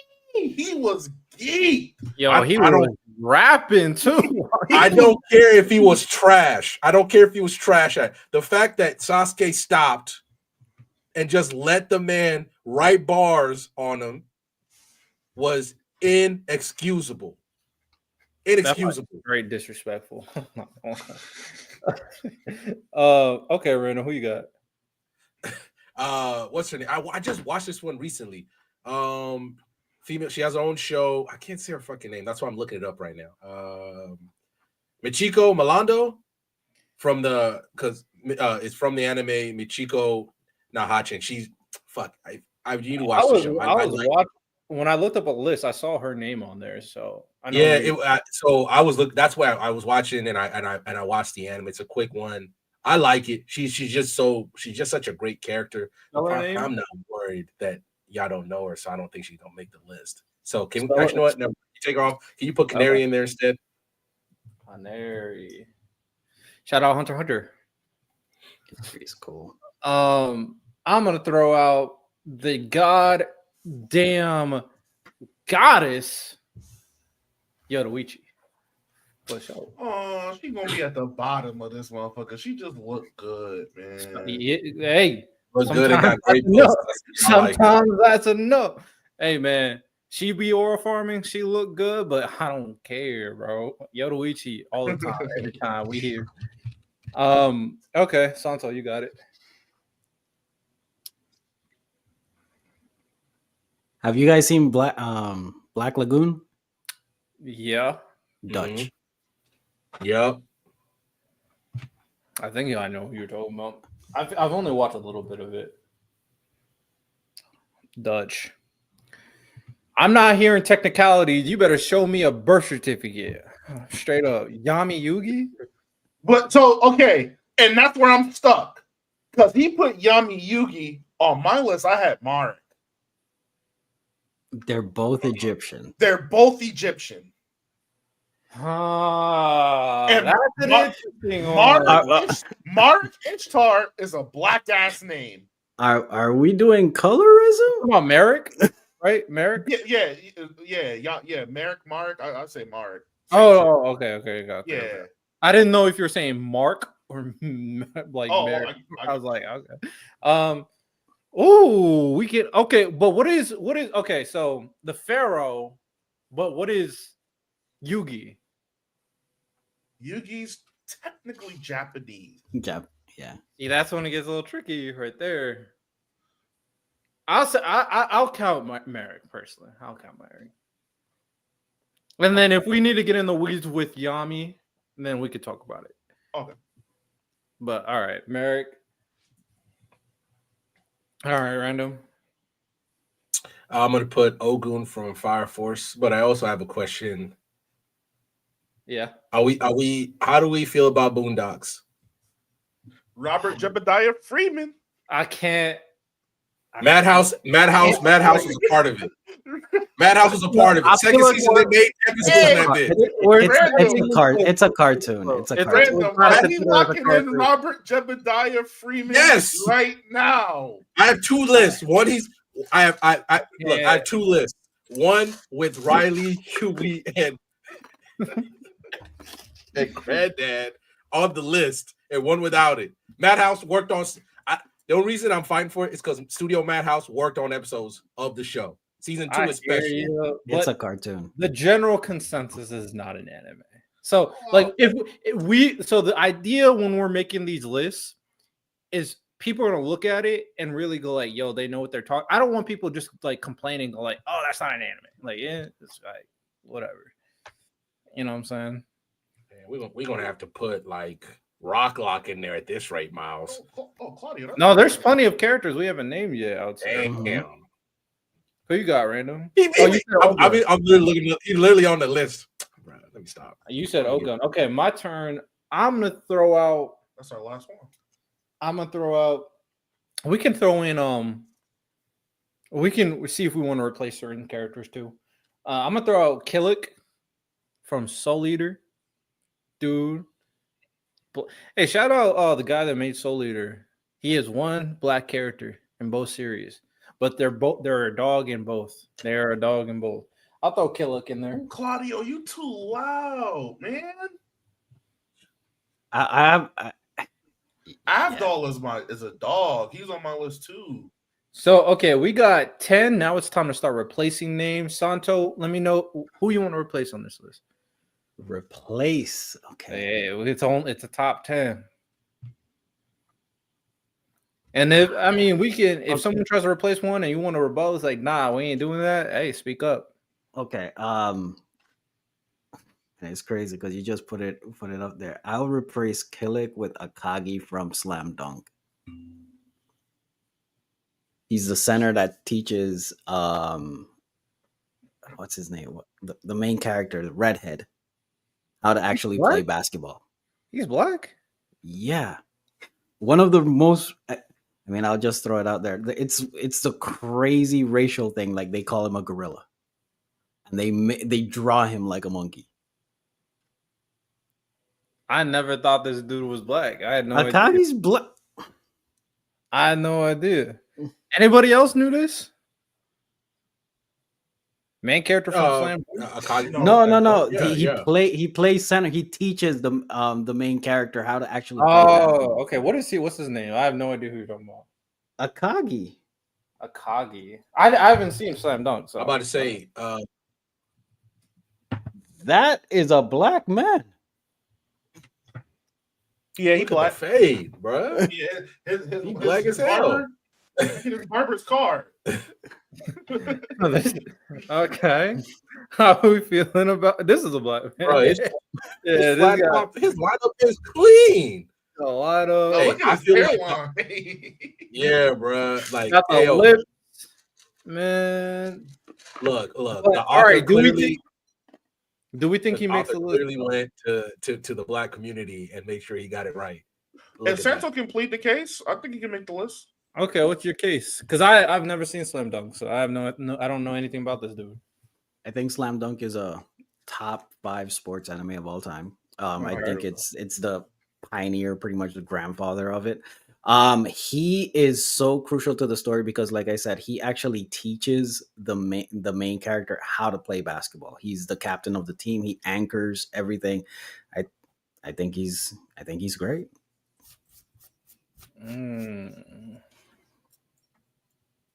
What about Is he above Ooh. Yoruichi? I think he's above Yoruichi. I mean, he tried to replace Killuck. I mean, Killuck for the most part. I mean, he has cool abilities. He has, honestly, he's not nothing crazy about his character that I can remember off top of my dome that he really does in terms of importance for the story. He has really good moments, of course, trying to survive. He almost died this one time. That was very important when they were fighting this one boss. It's been a minute. I mean, I'm not too pressed if Killuck is gone. You said his name Akagi. Akagi, yes. All right. For now, let's replace him. All right, Miles. Who do you want to replace if you want to replace anybody? Now you can use multiple characters from a series. Oh, okay. Yeah. I'm taking Yoruichi off and I'm putting Kuzan. Yo, what's your beef with Yoruichi, yo? I just think she does a lot for the I story. agree. I'm not gonna discredit her to that regard. Or Canary, either one. Who do you think does more, Canary or Yoruichi? Yoruichi objectively does more sure, than Canary. for sure. So let's take off Canary and let's put Kuzan. I agree to that too. Hold on, wait. I'm pushing some slight propaganda here. A Kainu not black? Is Kuma black? Ooh, Because legit, I think he black, bro. I'm not gonna lie. I fellas, think he's black. I am locked in on One Piece. I am locked in on One Piece. Oh, Kuma's he don't black. don't even know Kuma like that, and he already bringing him up. No. To see. I was telling in the group chat, like, Kuma's just pushing the word of God. I'll do Kuma instead because I think there's more character development from Kuma than there is Kuzan. We get the stuff with Gart, but we really dive into Kuma's character. Oh, by the way, Open Dojo. Oh, we're going to be talking about One Piece, by the way, because I have questions. I have serious questions now because they just introduced Celestial Dragons, and I'm like, oh, you what? on Sabi? Wait, are you on Sabioti? I am in the Shibuzi archipelago, whatever it is. Yeah, Sabo. Whatever. Everybody says it different. You're on Sabo. He's Yeah. on Sabioti. Okay. I'm in the Shibuzi arc. Shabuzi. People are saying some name. All right, random. Do you want to replace anybody on this list? I was actually gonna replace Canary with Oob. But we don't got enough from him yet. Yeah. What do you do for real? That's the problem with Oob. Oob literally was just. And we're not gonna see him. We're not gonna see him for years at this rate. Now, random. I have a legitimate question. Is Casca black? She is. Yes. She is. Yes, she absolutely is. She's on my list. She is. Take Yoruichi off. It's gone. Why Yoruichi? Why y'all keep? No way. Because she's just the obvious, like, she just. Casca's one of the best female anime characters of all time. No, Casca clears Yoruichi. Don't even. Yeah, Take but Yoruichi out. Take Yoruichi out. So hold on. Look at the list, though. You're taking Let's not move Yoruichi too over. fast. Yeah, Santa, who do you think should be taken off instead? Because I might agree with you. I would put my pick Akagi. I would put Dutch. I would put Marek before I move Yoruichi. You would take Marek off? I would take Marek off.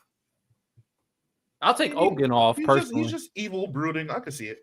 Oh, I don't. Black. Take Dutch Frieza is take Dutch off. Oh, Take Dutch but off. like, let's see. Well, random doesn't know because he doesn't see Bleach. But Ogun, I like Ogun, but he don't do nothing for real. Yoruichi clears Hogan. So let's take out the separate the wheat from the chaff. The people who don't do nothing, let's get them out and really put characters that do a lot for the story. Yeah, I just don't think then take Hogan out and put Costman. Okay, there we go. Black Frieza, by the way, honorable mention. No, He raced. but you know, crazy Frieza. All right, I'm gonna chill. Let me We're chill. talking. If we're talking, I mean, I'm just reverting back. If we are talking melanin, I mean, black. You don't get Is that melanin? What? Wait, what is Frieza's skin? He Is was that Black like- Sharpie. He was black. Okay, all right. Back on me. Okay. Crazy question. Is Almine black? Oh, he an animal. He black. He black as fuck. He a demon. I love Almine. Yeah, I really do. You literally took mine, and yes, he is black. We take who's Dutch again? Dutch is from Black Lagoon, and I would move him. Yeah, But okay. for Yeah, Almine. yeah, let's get Almine in that. Let's get that dog Almine in there. Okay. Someone said Gucci? Miguel. You trolling. Yeah, we good on Miguel. Troll. All right, so now the list is getting a little tougher. It's getting a little tougher now. Who's seen Beyblade up here? How are we feeling about the Dragon Emperor? He's How about the black. OG one? No, I'm talking about, the the metal series. Not the one with, not the one with Kai. I don't see think I do think he's black, but I don't think he makes the list. Okay. Kuroko no basket. Pete. He's Kobe. He's Kobe. Hell yeah. He's literally Kobe. Shoot. I'm not gonna lie, I put Ryuga over Merrick. Ryuga. I'm trying to think who's Ryuga. So in season 1, he was the main antagonist. He was possessed by his Beyblade El Drago. Season 2, he's just walking through the earth seeking atonement and learning to master his Beyblade. Season 3, he's now mastered it. He's pretty much solidified as the strongest blader in the world, and he's just roaming through the world seeking strong opponents until the very end, where he sees that he's a legendary blader. He eventually sacrifices himself and donates his blader spirit to the secondary. It's the main protagonist's best friend, and then that best friend then becomes like a pivotal piece in like beating the main antagonist of season 3. How do we feel about this dude? Is he black? He's definitely black. I agree. My thing is that is he over the Raikage? Is he over Darui? Is he over Aokiji? Now, Kuzan, I feel like needs to make the list. I would say he clears the Naruto guys. Aokiji, I'm not so sure. Because those are the only guys I'm thinking about at the moment. I mean, I haven't seen much of I've seen bits and pieces of Aokiji so far. I mean, to me, he loses so much aura because he's on that little pedal bike. But other than that, like he's fantastic in his story with Robin. So I'm gonna correct myself. I think Ryuga is above Aokiji and the Raikage, but the Killer Bee is the conversation. But Darui and all of them, I think he does way more in Beyblade than all three of them, probably combined in their series. Okay. What about Merrick? You said you want to get rid of Merrick? I wouldn't. Yeah, that's what I was saying. I wouldn't mind dropping him for Ryuga. Okay, I'm cool with that. Because like in Beyblade, he serves the purpose. Like he serves Merrick's purpose, and then does more with it after. Okay. All right. When is Usopp making this list? I was just about to say, Wait, ain't Usopp not making it? Okay. Why not? No, we spoke about it on Dojo. Listen, man, if the only time you can turn up, that's like me. That's like Santo. That's like me being a bitch. I'm a bitch, right? I'm just a straight hoe. And the one time I turn up is if it's against one of y'all boys. Come on, bro. That's wrong. If it wasn't for Usopp, Luffy is not getting up against Rob Lucci. I mean, if it wasn't for Usopp, he also would have died on Dressrosa too. Usopp has moments, bro. We let the fans decide, man. But I hear you. But we the knowledge knowers. We got to be objective here. Objectively, Usopp. I don't even like Usopp. Me neither. Objectively, Shit, matter- Usopp can get up there. objectively, Luffy's best friend should be here. So if Usopp there, can Akainu get a nod? I can't know. He black. He's not He black. black. No, Yes, no, he you ain't is. moving me with that kind of. Hell no. Hell no. Is Hell Doflamingo no. black? No. Hell Nah, no. nah, Why nah. not? He Italian. No, now we Okay. reaching. Now we peak reaching. I'm asking. I'm just asking a question. I think Akagi gotta get bumped for Usopp. I have a picture to show. I'm not mad. Akainu At not black. No. it. Oh, No. Is this a agenda push from us? he's black. No. He's one shade lighter than Aokiji. But Aokiji got the other features. He black. Akainu ain't black, bro. You gotta look at the texture of Akainu's hair. He's black. No. You ain't moving me, bro. Yeah, You know what? You might have. I would say this. If Usopp has more impact than Akagi. okay, we just want to switch Usopp for Akagi. Yeah. Okay. Not Queasy. Kai brought up a good one. How we feeling about Shido? I think he Shido. should get a spot, but what y'all think? Nah. Shido. Shido went from I'm so great in this like he's that guy. He made what's his name Kunogami. He kicked him off so bad that he made him turn into a stoic warrior to just being a side character in all these matches. I'm not gonna lie, he ain't doing jack shit. I was just about to say that he has great aura moments, like little highlights, but the buildup of Shido was so big to what we got, like he gets forgotten like easily, and that's the problem with Shido. I'm with you. This is Rin's team, and Shido happens to be on it. By the way, I mean, did you guys notice that Blue Lock just literally turned into Kaiju number 8? Bro, those monster panels are what? Yo, imagine them trying to animate that and telling people this is a soccer anime. All right. Yeah, that was wicked. All right, bro. All right. I'm gonna throw out one there. Abdul. Mm. He ain't making it? He doesn't do enough. Okay.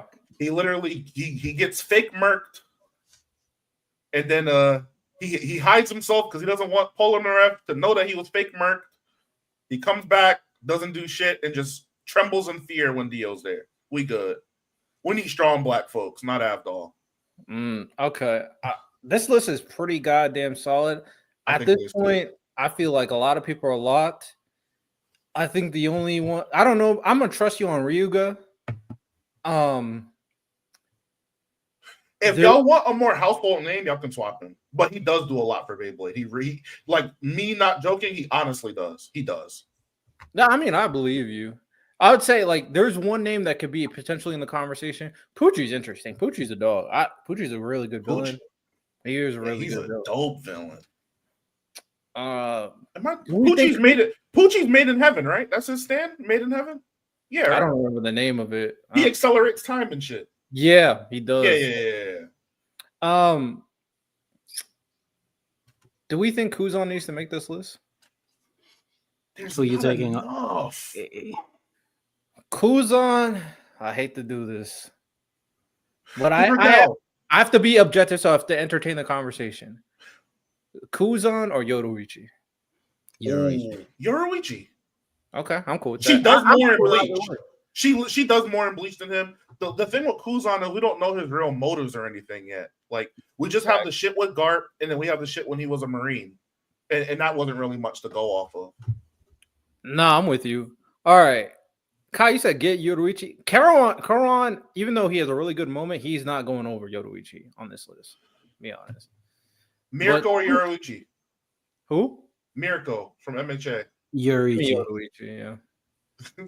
Santo standing on business. No, I mean, until you bring up somebody that actually is up there, Yurichi does way too much She in the does. story, side characters, main character. Like Fights, everything. she does everything. I feel like if to be again, I don't like this character, but I'm gonna entertain the name Tozen or Yoruichi. Fuck Tozen. Nah. Tozen. I agree. That's Like like, I if said- I said Chad. No weak black men on the. We good. Okay, so we go with the list. All right, this is our list. Time to order it.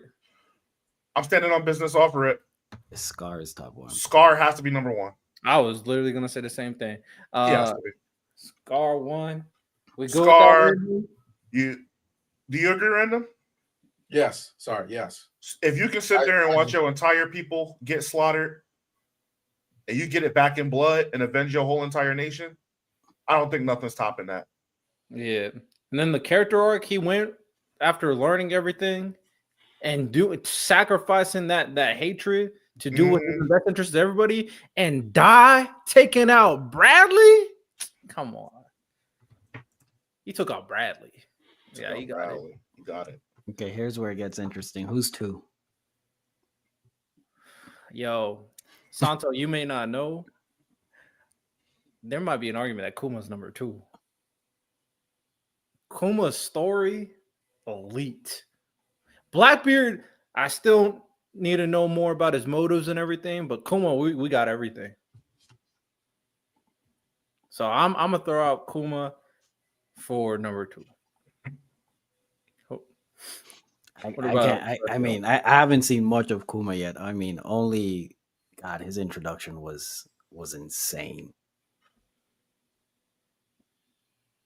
Santo, do you want me to talk about him a little bit and spoil you, or you want me to keep my mouth shut? Nah, he took off the headset. I usually don't care about spoilers, but I'm pretty locked in right now. So you guys go ahead. Just let me know when you guys are ready for me to come back.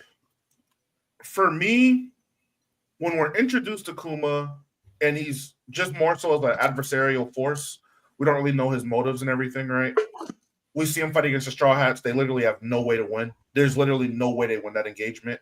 And he basically forces when he forces Zoro to take all of Luffy's pain, you get to kind of understand, all right, he's testing these boys, right?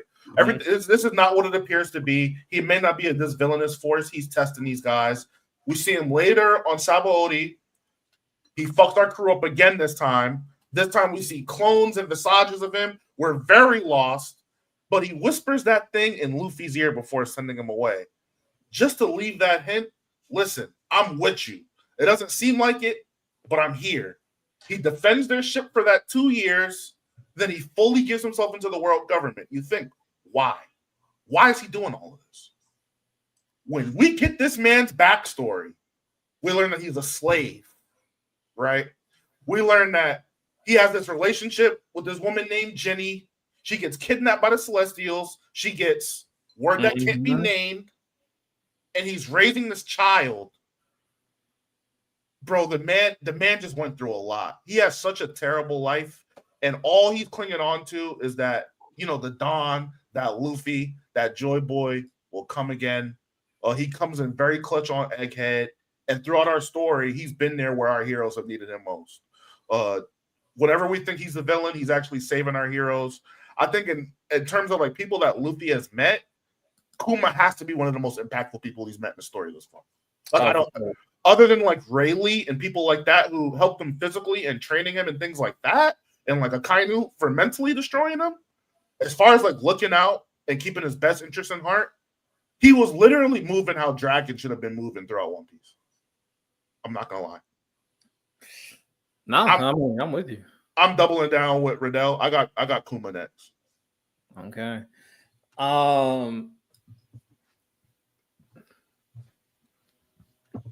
We good? Right. All right, Random Santo, do you have anybody else that you think should be number 2?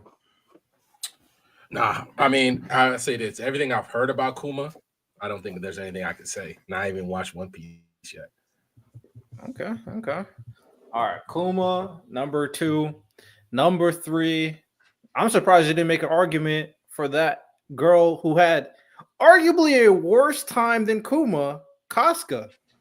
Casca is a fantastic character. So I was would gonna argue. put Casca 3. Yeah, Go for it. Go for it. Argue it. Go ahead. Hold on. I'm having a problem. For some reason I can't see y'all. I don't know what's Yeah. man, my internet bugging today. But can y'all hear me? We Yeah, can hear we you can just hear you. fine. Yeah. Hold on. Can y'all hear me? Yes. Yeah, we Can y'all can hear hear me? you. Yeah. Yes. Man, I'm gonna have to switch computers. Hold on. I'm gonna have to switch computers. I'm gonna have to switch Alright. computers. I'm cooked. I'm Well, so cooked. while Random does that, I agree with Random. I think Casca's number 3. Okay, so I haven't. Nothing yet. Can y'all?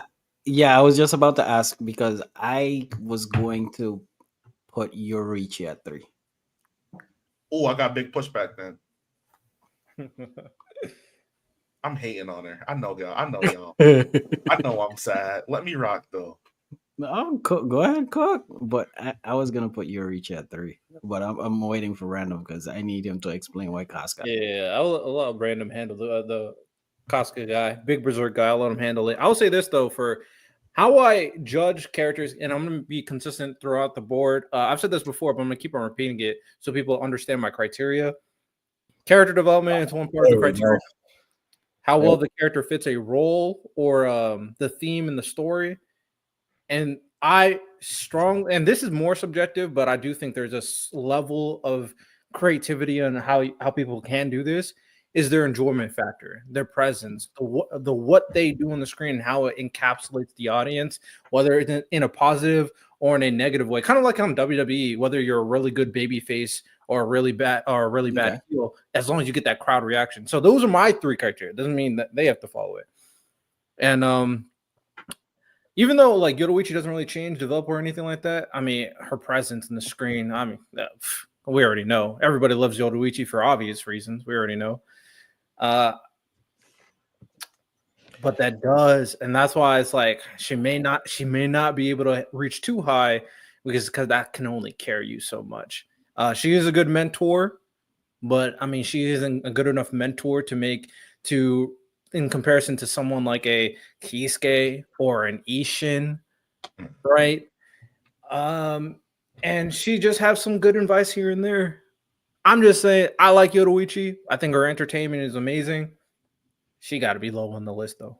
That's what I'll say over there. But Randall, go ahead. Cook with Casca. All right, you know what? I will fight for Casca to be number 2. I think obviously the setting of Berserk, it being clearly a medieval setting, let's not hide it. The medieval world wasn't kind to women, especially if you're a peasant. You know, she got help from Griffith, but she fights for everything she has. Like, there's a reason why the men of the Band of the Hawk respect her as much as she did.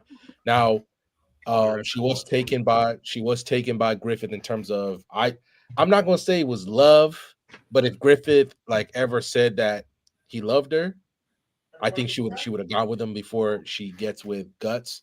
No, I'm still on the podcast. I was just checking. I thought I heard commotion. You don't go ahead. Keep going. Okay.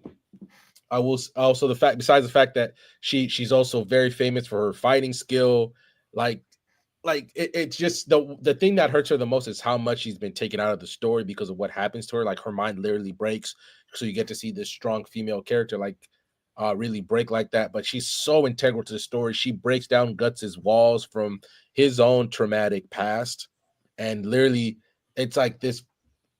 She's literally one of the biggest bright spots of Berserk.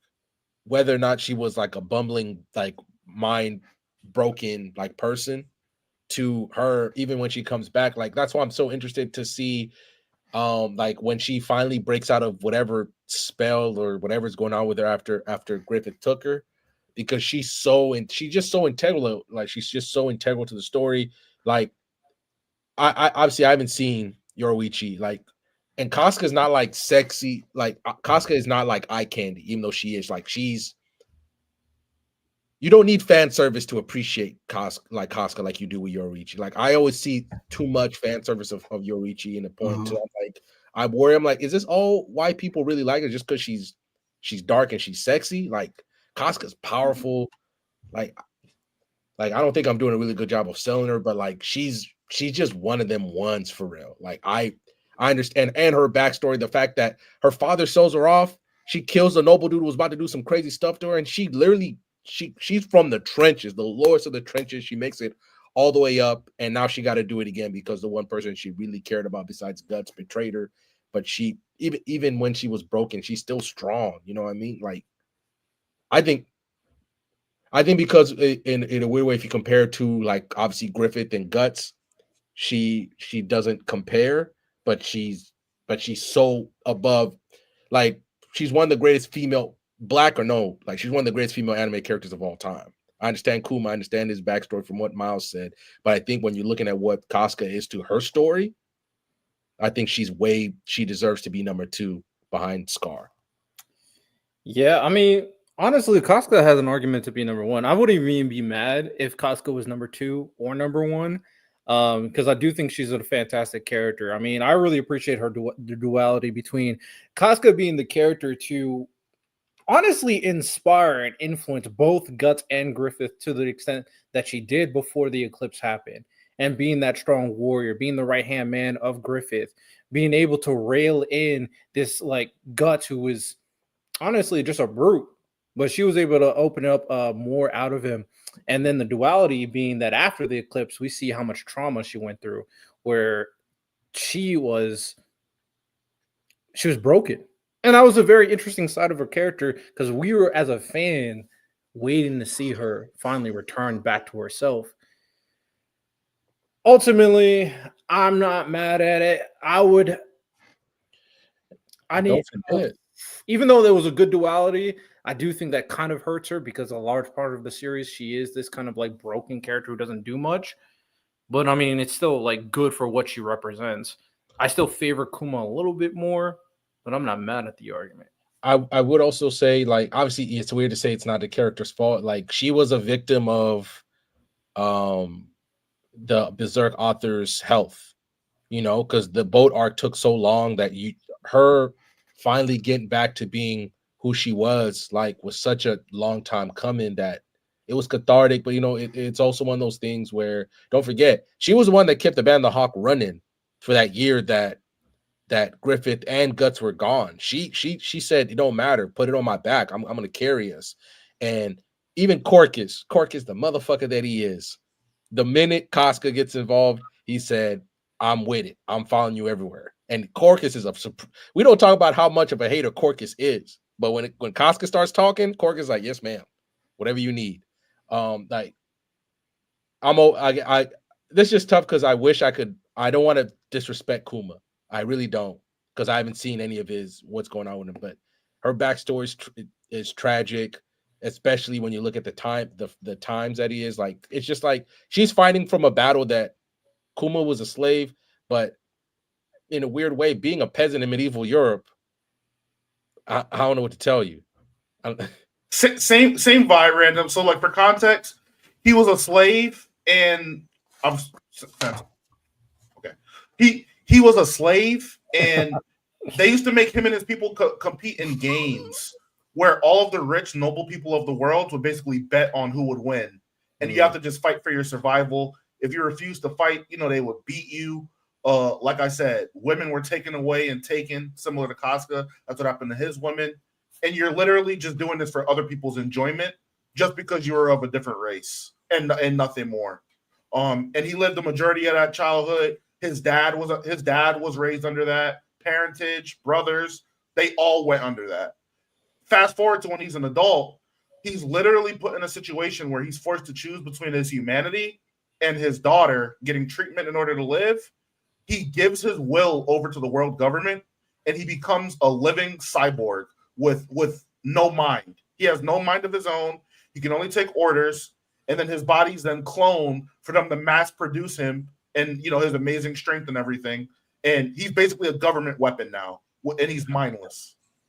That's tough. So the majority of his daughter's story now revolves around her trying to find him and understand why he chose this life for himself, because he couldn't even tell anybody either. He couldn't tell anyone the truth. I mean, if I'm not mad at Kuma, I mean, I'm not mad at Kuma like at all. It's just that with Casca, now that she's back, it depends on how she starts fighting back against Griffith. Maybe that could change the conversation eventually. But I mean, you know what Kuma has gone through. I can't say no glory for him. Mm-hmm. He's done. Yeah, unless they try to bring him back. I think that will be kind of tough. I'm not gonna lie. I hope they don't. The state we saw him in last, I think he's done. Hopefully right, not. I'm gonna switch back to my PC. I'll be right back. Okay. All right. I think I'm gonna say Casca number 3. I think random agrees. I'm fine. I'm fine with that. Okay. All right, number 4. This is where I'm gonna start. Santa, you back? Yeah, I'm back. Santo about to make the Yoruichi pitch, and I'm about to make the Ryuga pitch. Go ahead, Santo. No, I only brought the Yoruichi because I mean it was just the first female picked, so I was going on that. My pick would actually be Killer Bee. Oh, still making the Ryuga pitch. Why Killer Bee? The impact he had to Naruto actually training the Tail Beast Bomb, just his development as a Jinchuriki. I think the story of Killer Bee becoming the Jinchuriki was amazing. I also think he has one of the best fights in Naruto in packing up Sasuke and his whole squad by himself, solo dolo. Yeah, I got Killer Bee. I mean his impact on the war itself as well. I think he's up there. Okay. Hey, sorry. One of my favorite intros in Naruto so far. I muted myself when he started talking, so I can't hear y'all. But one of my favorite intros as a character in the entire series has been Killer Bee. It's not mad at it. Killer Bee's cold. I personally think Blackbeard should be this one. Oh. I don't think Kuma freaking story is amazing. Even though Blackbeard will end up like arguably the greatest villain of all time. I think we're at that trajectory. But Miles, the amount of shit he's been doing in this series is insane. This man has. I won't say any spoilers, but I'm just saying this man and his amount of let's just say achievements.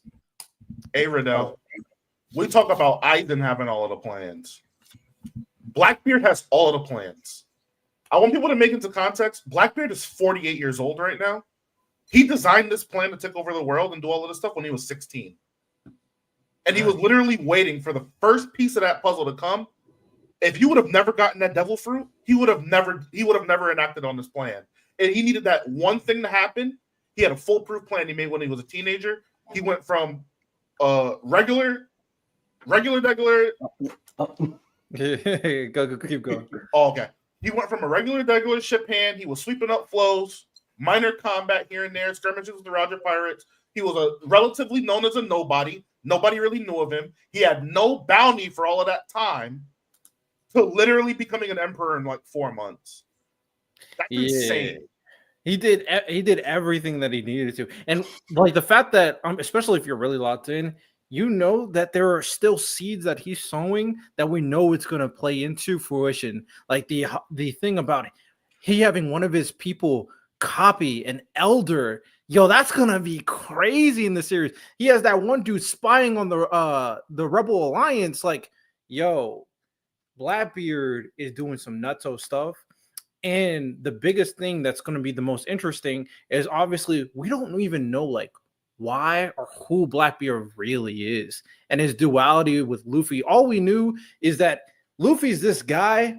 Blackbeard's supposed to be the antithesis of this, but we don't even know why he's that. Like Blackbeard right now, without even getting into the weeds on the core of Blackbeard, is already one of the best characters we've seen. Yeah, that's why I'll pitch number 4. Yeah, you go. Yeah, though I mean, I didn't hear much, but from what I've seen, I still got Killer Bee because of the knowledge that I have. But from what I've seen with Blackbeard, just from what I've seen, I can tell his trajectory is just going up. Because literally, from when we see him first on screen with Luffy instantly wants smoke. So we know that he's just bad. To then he goes and tries to take out Luffy, Then he fights Ace. We learn that he's been on Whitebeard's crew. To then the next time we hear about Blackbeard is he's a warlord already. Like that's all I've seen from Blackbeard, and I'm like, okay, this is turning out to be a problem. Like he's about to be him at this point. So that's all I've seen from Blackbeard. I got Killer B on my limited knowledge over Blackbeard, but I think Blackbeard has some things in store for me as I get further into the story. Okay, Miles, what we saying? I'll do that thing where we pick the popular names because they're more household and put them higher. I'll double down on Killer B. Okay, so 2 Killer Bees. Random is out. All right. Well, I'm sticking with Blackbeard. What do y'all think? I'll go Blackbeard next. I'm fine with that. Sure, I'll trust y'all's opinion on this. All right, number 6. I mean, I'm gonna be biased. I got Almine. I mean, it is him. Literally just the complete polar opposite of Kuroko. Kuroko wants to be all team player, whatnot. The only one that can beat me is me. Give me the ball, let me rock. Almine does so much for Kagami. He literally is the one that pushes him to open the zone. He gives them a major loss to where they really are questioning, like, hey, we got to get better or we can't move forward at all. Almine's development to where when he finally realizes that he couldn't get better because he was selfish, and that acknowledgement of Kuroko when he's crying like it's been you the whole time. Like if I would have just listened to you and your way of basketball. That was a good moment. Oh my god. Like to see some, like imagine Kobe crying because his pride got in the way of him getting better. Like I got Almine, man. I'm not mad at Almine at all. Oh yeah, also yeah, Kai, perfect. He taught Kuroko how to shoot. Miles, random, who you got? I'll say this. I'm surprised Afro has fallen this far. Are we really that down on him? Make the case. Let's get it.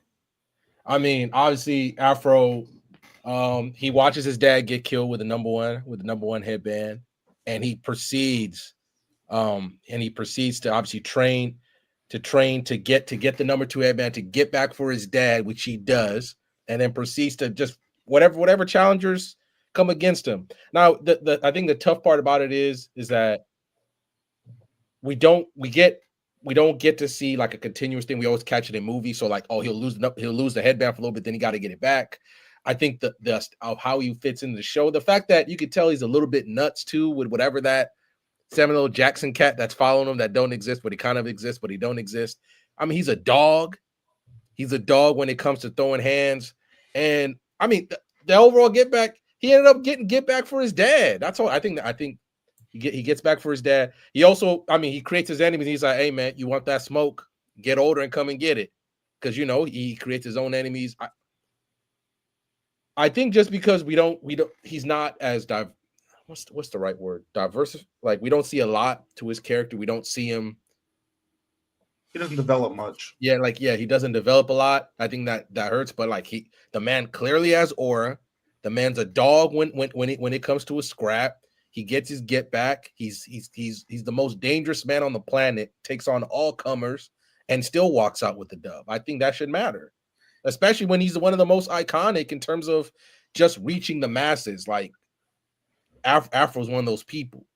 Yeah, he's one of those few characters where most people have not watched Afro Samurai, but they know who Afro Samurai is. For sure. And honestly, in terms of the poster boy of black anime characters, it probably is Afro Samurai. That's what I was going to say too. Yeah. Is this aura farming? It is. Oh, that's what all Afro Samurai is. It's absolutely just aura farming. It ain't anything else. Rigo, what was your criteria you listed out earlier? I said character development, how Mhm. well the character fits their theme / role in the story, and the character's entertainment value, how the reaction that they give, or what the audience and how they feel about the character when they're on screen, their presence, their entertainment value, all that stuff. I'm sorry, but Almina got Afro wiped down with that Yeah, criteria. y'all sleeping on Ryuga. You know what? I don't watch. I'm gonna let him fall.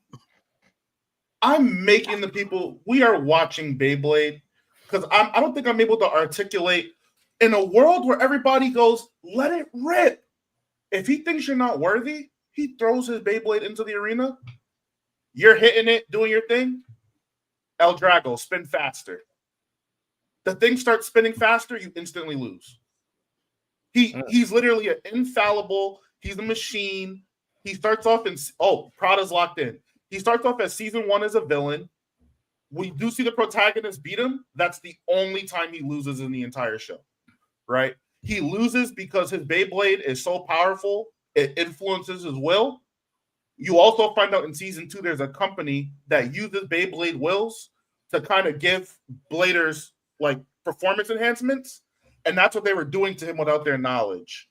The protagonists and their team get to the finals. One of their members goes down. He shows up out of nowhere. Doesn't say anything. Walks up to the stage. Everybody shuts their fucking mouth. Let him go. He goes. He wins the fight. He attacks the leader of the other team. Says, "I'm going to get revenge on what you guys did to me. You guys made my Beyblade turn on me." He grabs the protagonist. He looks at him in his eyes. He says, "Look, I don't care what you do. You're not better than me, so it doesn't matter. But if you lose to these guys, I'll never forgive you." Puts the ultimate battery in his back. Protagonist wins. He comes back the next season. Now he's an anti-hero. He's no longer a villain. He's atoned for his sins. He spends the entirety of season 2 atoning for sins. He goes around learning about what it means to be a blader, becoming in tune with his own Beyblade, minding his business. He comes back last season. They're assembling what's called the Legendary Bladers. He's the final key. Fuck them Legendary Bladers. I'm Ryuga. I'm doing this shit alone. He goes alone, does his thing, ultimately loses. He says, "Okay, I'm not enough." He tries to reconvene. He winds up inspiring another young blader, the protagonist's best friend. Mind you, this guy never loses. He fights the best friend, and when he realizes the best friend is him, is this moment. He beats the best friend with one move. But the best friend cracks his Beyblade. It's like the ultimate stain on his honor. What does he do? He gives up his title, relinquishes his life, relinquishes his blader soul, and entrusts everything in the next generation and dies to give them a chance at winning and beating basically the god of Beyblade, like the demon god of Beyblade.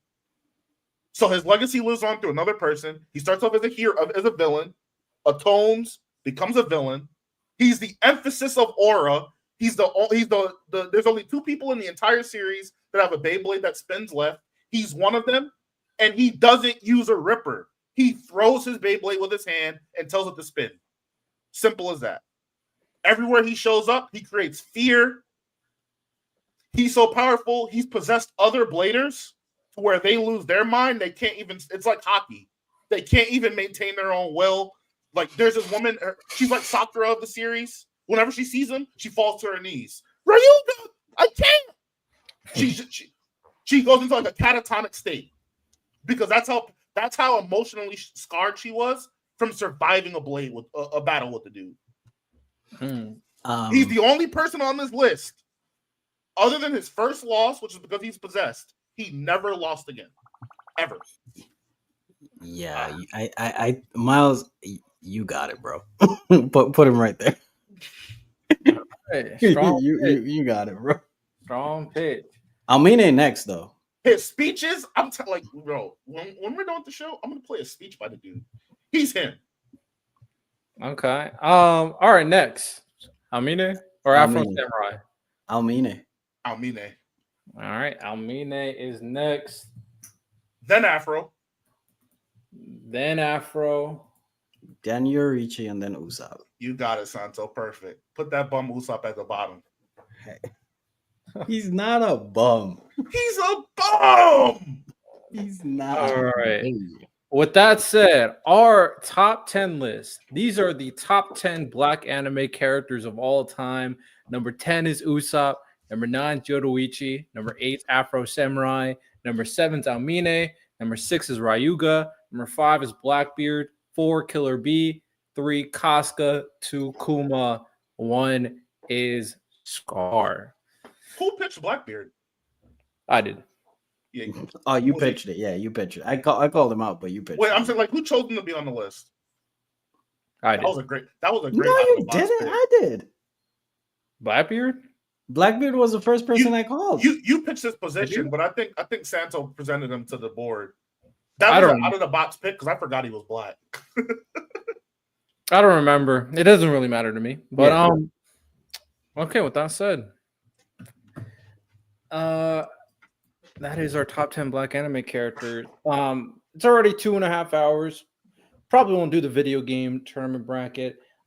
Anything else before you guys want to wrap up? Are we really not going to talk Invincible at all? No, we gotta wait. We talked about it quite a bit already, but that Lonnie's should be a video in itself. Lonnie I think wants to so. talk about it. Lonnie wants to talk about it, so we gotta wait for Lonnie because he's the one who pitched the Invincible. I wouldn't have caught up the Invincible if he didn't say that he wants to talk about Invincible. Okay. Have you read it? You've read it all the way through, right, Miles? I've read some of it. Like I've read at least to the point where he got, Yeah. Okay. But I mean, I've read it all the way through a couple of times. I think Lonnie has too. I mean, once they get to that point, Miles, I'm curious to see how everybody reacts to that because that never happens in media. So the reaction to it, how people are going to approach it, because even now when I see a lot of people make fun of that now. a lot. And I'm like, it's sad. it's So, so like, I weird. opened up Facebook a couple days ago for some stupid reason, and people were actually talking about that, and in a joking manner. Like, if that was reversed, like, no, you know what I mean? yeah, Yeah, there's a reason, double standards are going to be very, very interesting. yeah, in that. there's a reason why with Casca, like when people bring up the eclipse and the Casca part of that, it's one of the worst. Like people talk about, like that's one of the worst scenes in anime. That was What wild. happens to her? By the way, we should talk about you. You caught up to the eclipse. I'm not.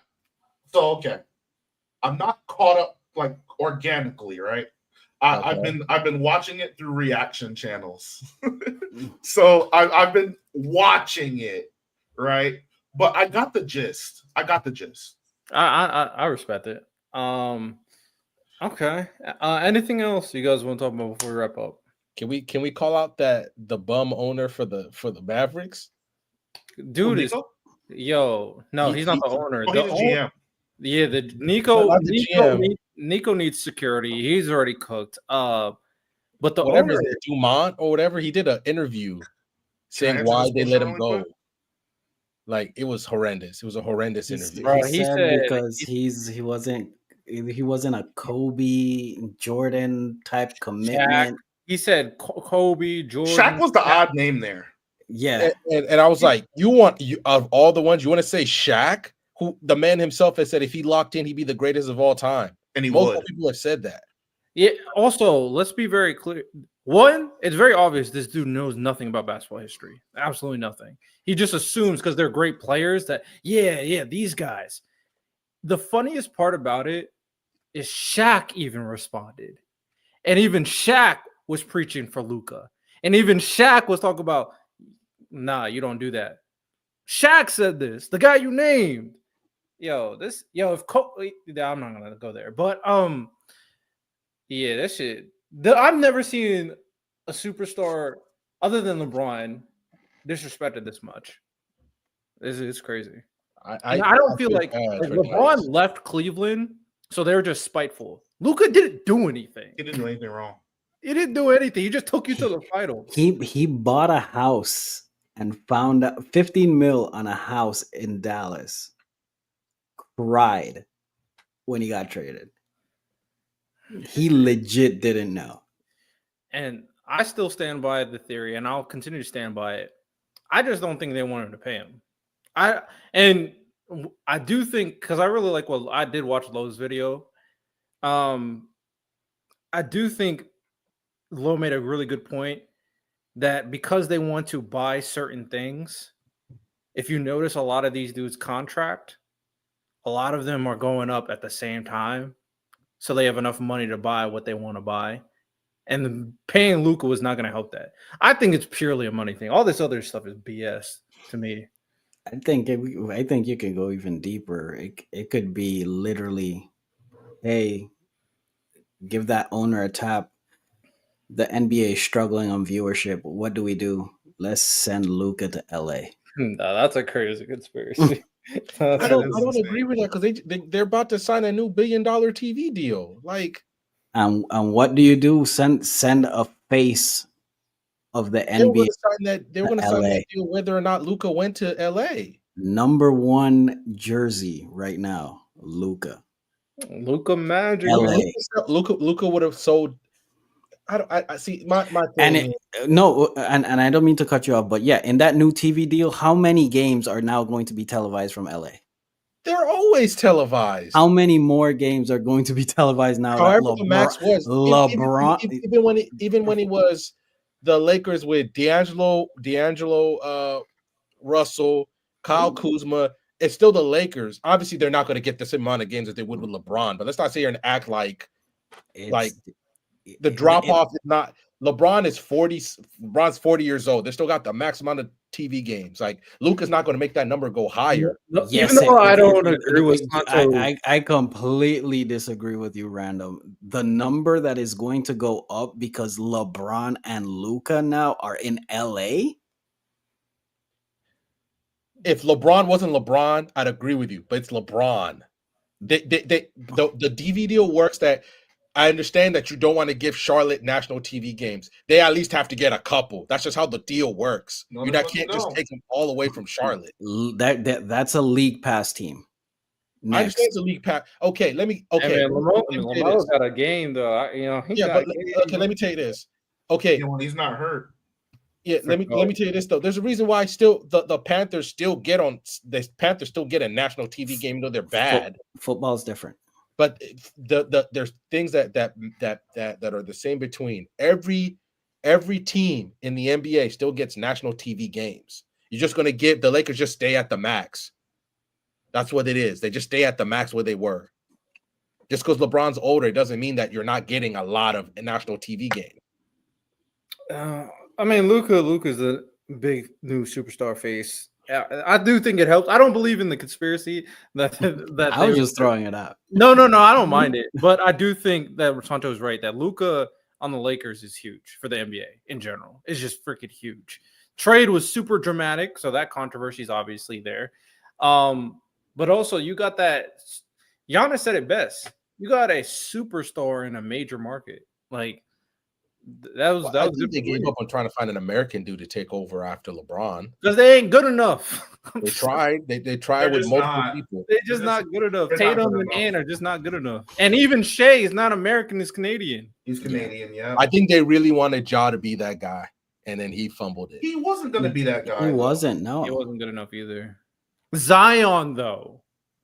If he just stayed healthy, if you put that gumbo down, he just don't want to play. He don't want to be in New and stop messing with them corn stars. He could have sent.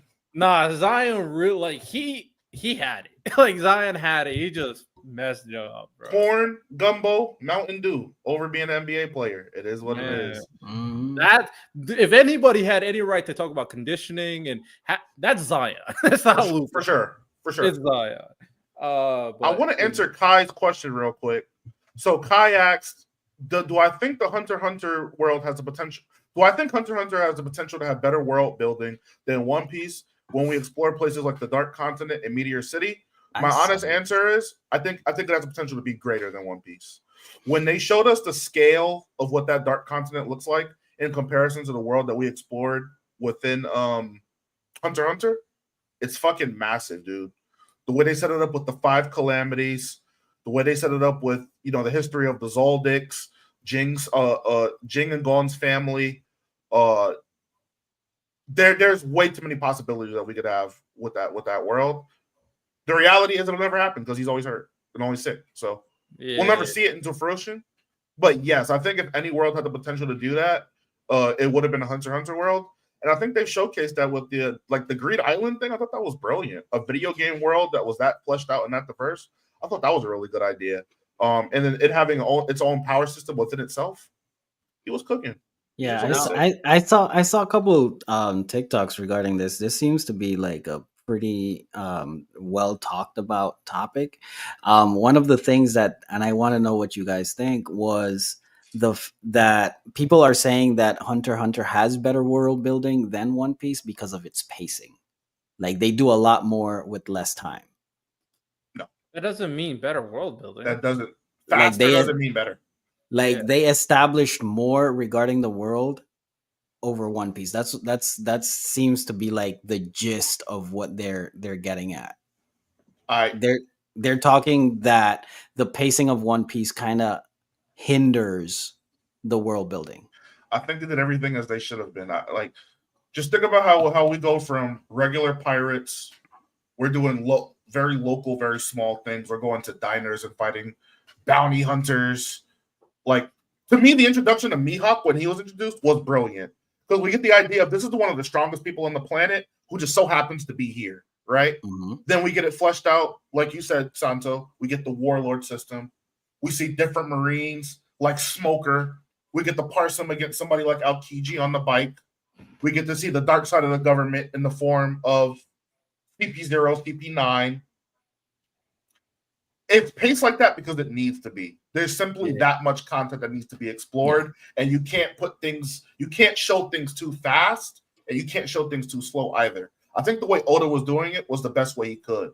Yeah, and it keeps on building itself. Like without spoiling, it just keeps on topping in terms of scale. Like the scale is getting larger and larger and larger in what they are doing, and that's just the journey of Luffy. For sure. To find all this stuff out. It's the journey of like Hunter x Hunter doesn't have a journey. It's technically finding his dad, but you don't have to go through. You have to go through his like little task thing with the Great Island and stuff and everything. But Luffy literally has to explore the entire world. He has to.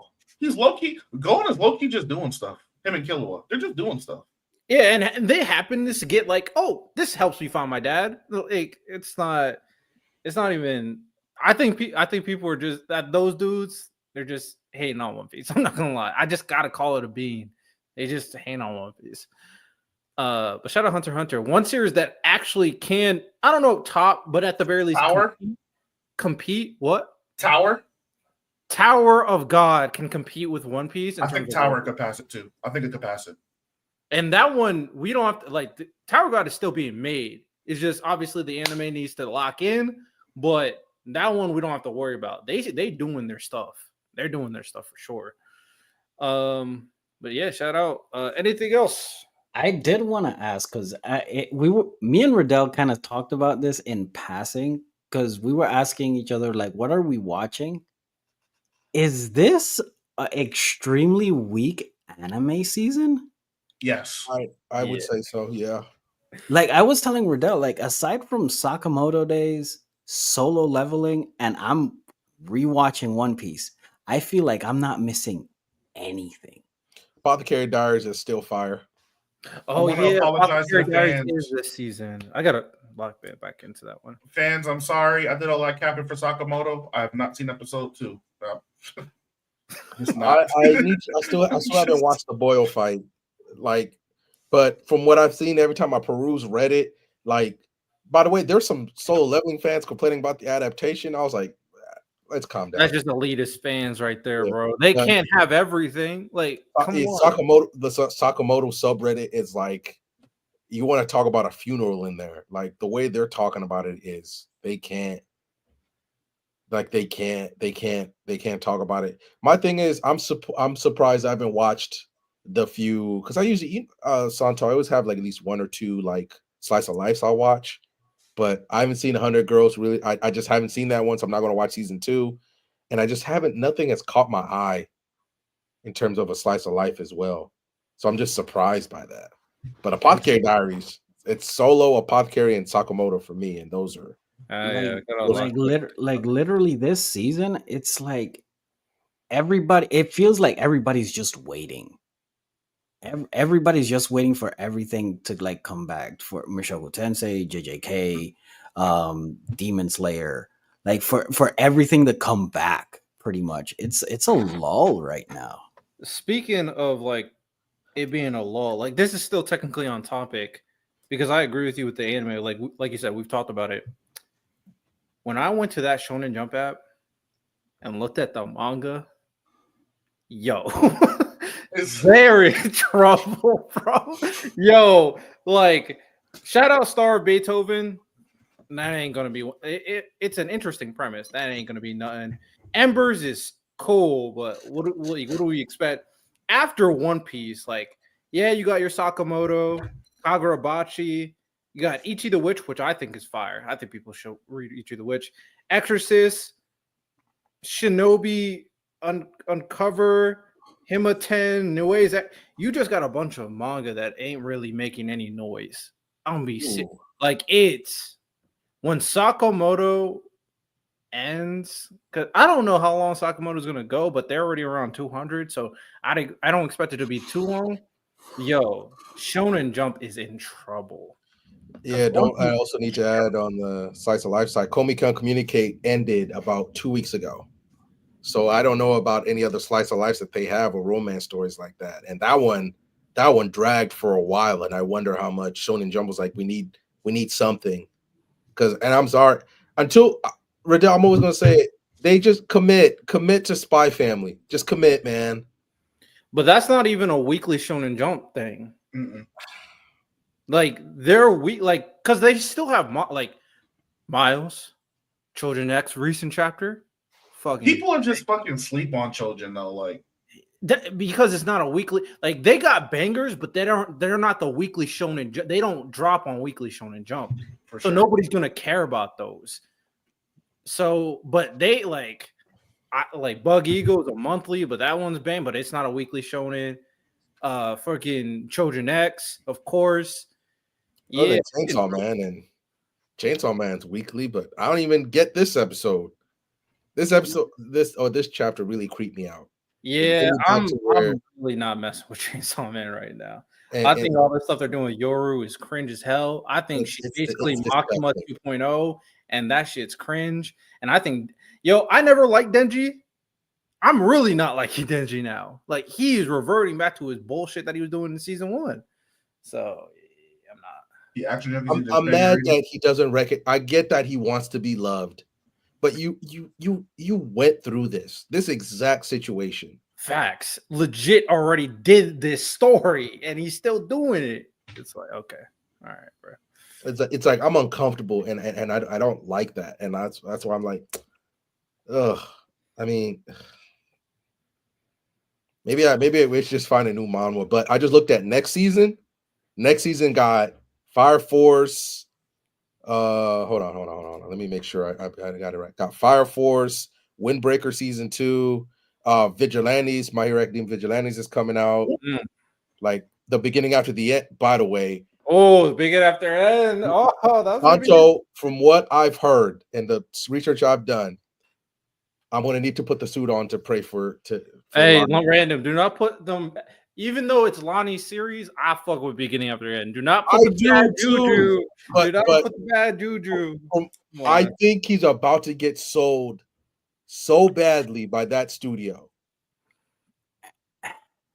Like I'm legitimately worried for Lonnie's like well-being. And I know this is funny. I know we say this a lot, but I'm legitimately worried because I'm not gonna say that, like Tokyo Ghoul is obviously his thing, but like this is up there for him. And everything I've seen from that studio, Miles, if you saw the scores that I saw, you'd be like, all right, gang, like, what are we doing here, bro? Oh, okay. We're gonna have hope. All right. I'm gonna be honest, Santo. I know what you're spoiled, man. I know what you're about to say. Studio makes generally bad anime. They make bad anime. Santo, I want to be very clear. I know what you're about to say. I know you're gonna give Sakamoto Days grace. If the beginning after the end has Sakamoto Days animation, I will be pissed. I'm just being honest. I will be upset. I will be angry. I'll be like, this is not it. I'm with Y'all are Miguel. spoiled brats. We're spoiled. We No, are so I don't care. spoiled. The beginning after that needs good animation. It just does. It You just said you said the perfect thing when people were talking about solo leveling, and I'm gonna say to you guys are such elitists, bro. for sure. But like Good. only for some Good. series. Like okay, Misty Ozakura Family. I already preached that. I think that thing is gas. I don't care if it has a lead animation. The beginning after the end needs like it needs to put itself on the map to be one of the best series, best anime. It needs it. It just does. I'm locked in. I got to be. I got a lot of stocks in this series. I just do. Spoiled, man. Hey man, We so spoiled, bro. I Devil May believe, Cry bro. is dropping next season too. I believe. What you say, Miles? I said Devil May Cry is dropping next season too, and I'm still kind of on the fence. I don't think I want to watch it. Low key, I'll watch the first episode. If Dante is not who I think Dante should be, I'm dropping that shit. Yo, It doesn't look like it's gonna be dark At all. It looks like a kid show. not necessarily bad. Well, kid show is actually Oh kind my of wild. god. But it doesn't. I don't think it needs. Like, okay, do you think? Let me think. Devil May Cry 4. Like, how dark do you think that game is? Pretty Like, dark. The one. No. I'm not saying like. I'm talking about like the tone because like they're in the city. Oh. Yeah, it's very bright all the time. Like With the story with Courier, I think that's dark. when you okay, I'm the Sato. way I'm trying to go ahead. I'm gonna put it like this: we got the Devil May Cry anime before. Mm-hmm. That was Teen Titans.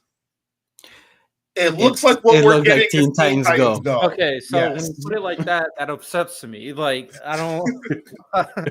I watched the Devil May Cry anime too. I think that shit was pretty heat. They added that little girl character too. It was an interesting little, throw in. Kai, the studio that's making beginning after the end is Studio A Cat. I'm What looking are at they? my anime list. The highest rated anime they have on there is a 6.75. The most notable is Transformers Robot Masters. See, Yeah, they're good. no. I have faith. You want to know why I have faith? Because sometimes an anime studio needs something to put it on the map. If you look at those anime sound like trash. Like you ain't getting anything from those anime. Those titles suck. So they finally was like, okay, we've been putting out some indie BS that nobody really cares about. But now it's time for us to get that series for us to make a name for ourselves, really bring in the cachet. I'm going to have faith that because all those other series suck so much, they could put all the resources and then the beginning after the end and cook. That is, we here, bro. The moment that trailer drops, we watching it, and I'm gonna have good feelings. Like the last anime they made was the most highest rated one, so they are improving the battle game in 5 seconds. That sounds like trash, doesn't it? Like what? They're the ones. I They have a sports anime about softball that's not very well rated. They have one which I actually love the manga, but That's a sneak peek. is That's so a sneak bad peek. on Crunchyroll. Like, I am genuine. This is one of those This is one of those manhwas that you cannot fumble. You just can't. Yeah. And I understand it makes me sound elitist, but this isn't like freaking Sakamoto, which at least has an established studio, which is known for the problem with Sakamoto Days, it just doesn't have great animation, even though the studio that is making Sakamoto Days has done great stories in the past. This studio just hasn't done anything good. That's the thing that's where the disconnect is for me. The animation's good. I'm just saying what people are saying. I'm not Sakamoto Days. I'm just going to disagree with Lonnie and everybody else is feeling that way. I'm just going to disagree. But when I'm looking at the track record of this studio, not Sakamoto, the one that's making beginning after the end, and it's weak. It's really weak. The best one that they have, if you're looking on a 6.75, a D plus, that's the best one you've made as a D plus. Have hope, man. Have hope. I guess one of the last things. So we've already talked about it. It seems like we're very close to the end of the match. Blue Lock is coming to its close for this match. A lot of things are happening. People are turning into monsters. I still stand by my statement that Isagi's losing this match. I agree. I've been preaching that since it started. So we've been in the trenches with it, bro. Oh, here, man. Isagi is beating Rin and losing the match at the same time. Who's your favorite character? Okay, we'll wrap it up. I've probably said the name a million times. Everybody already here knows that boy Nagi. And if he doesn't lock in, I'm gonna be pissed. Nagi stocks always. My favorite character is Hiyori. Okay. Borrow. I'm Hiyori as well. Really interesting. So, who's your favorite character before, like, legit the last arc? I mean, it was probably Isagi, but I'm just like, I mean, he's the main character. Let me find somebody else. You know what I mean? I don't be liking MCs like that. To be honest. Before the last arc, honestly,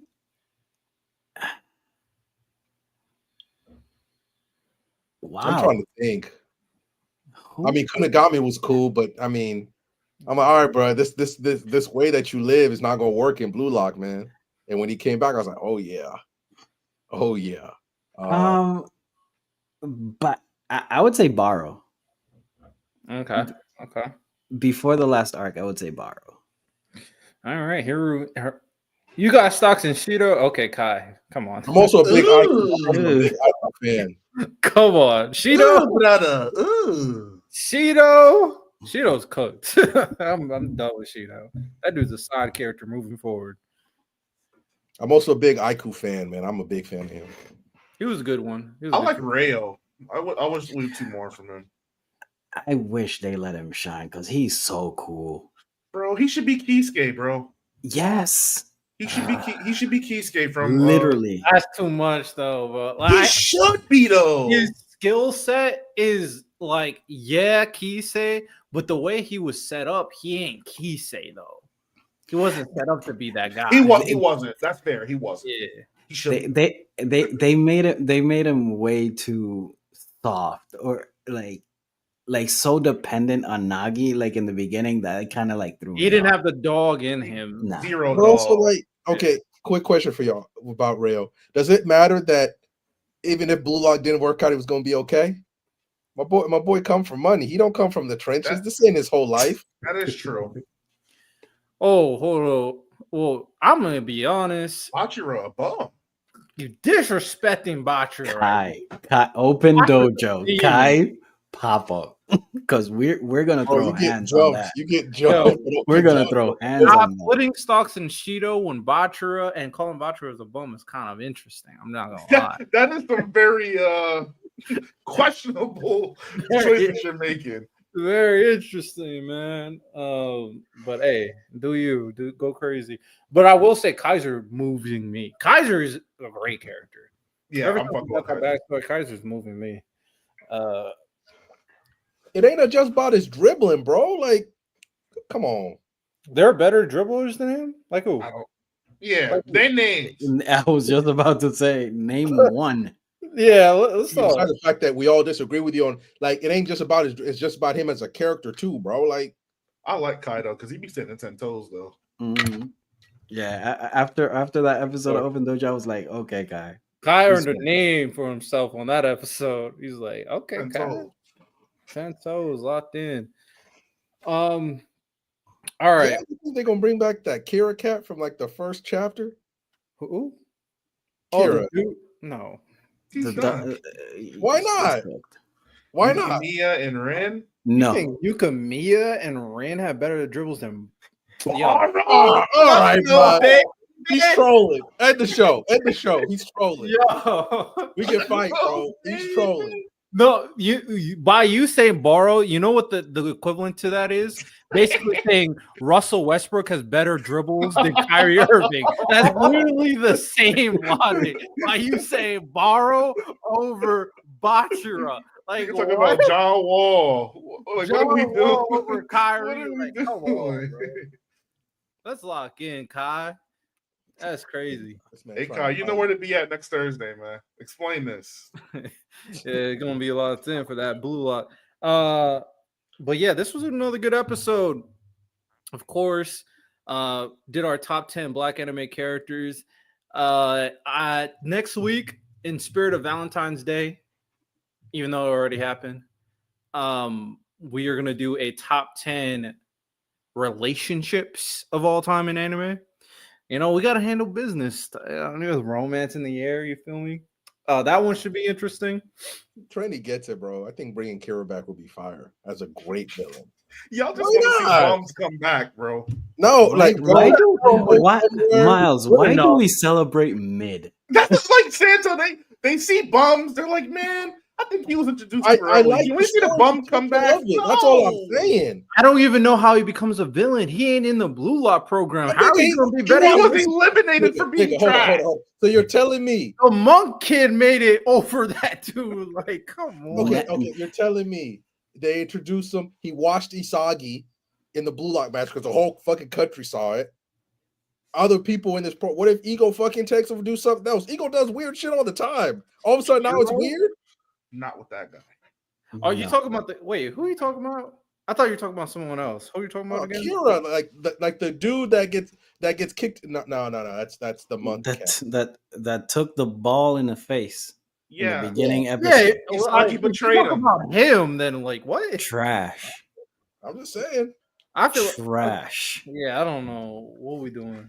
We got to study you, Random. Why do you like bums? Why do you want to see them prosper?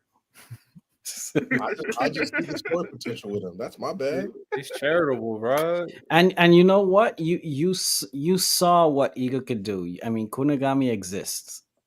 Like you don't need Kira. True. And you know, it's crazy. Kinugami did all this to get back with Shido, and now Shido's mid. So it's like that's tough. Yeah. It's And like, and you know what? And you know what him and Shido are doing in the background? We don't care. nah, we need my boy Nagi on the field. That's what we need. What? It's not gonna happen, bro. We believe. Nagi is right next to Shido and Kunigami. Nah. They are holding hands in the background. No, you gonna be mad as hell when Nagi ends up the best striker in the world. It will be Look, crazy. Riddell, we don't need to cap. You know what? We don't need to cap and cope at the That's same perfectly time. fine. You're going to feel the same way you felt this weekend. Sad. Nah. Hey man, I understood the unrecognizable odds against Patrick Mahomes and the Chiefs. Nagi, you're gonna get through it. You got it. You're the most talented guy in the entire Blue Lock universe. We here. And he been We fucking- did a whole movie and we still waiting for him to tap into potential. Yeah, you got Yeah, it. we here. We here. I mean, we here. He just needed a little bit controversy. Needed a little bit of a challenge. Chat, what happens first? Hunter x Hunter finishes or Nagi unlocks his potential? Nagi unlocks his potential. Yeah, you trying to give me free bread? Huh? They on the same page. No. That's elite, Hey. Sam. So you learn from me, bro. That's elite. Hey, in due time. All right, with that said, appreciate everybody who tuned in to today's podcast episode. We will be back next week, of course. With that said, y'all have a good one. Valentine's Day is in the corner, so y'all can go, have fun with that. Get with the lady. Open dojo next week. 2 Open- episodes open- on the same week. Let's go. peak content over there. And no One Piece chapters, so no One Piece lives. So, with that said, y'all have a good one. Take care. Peace.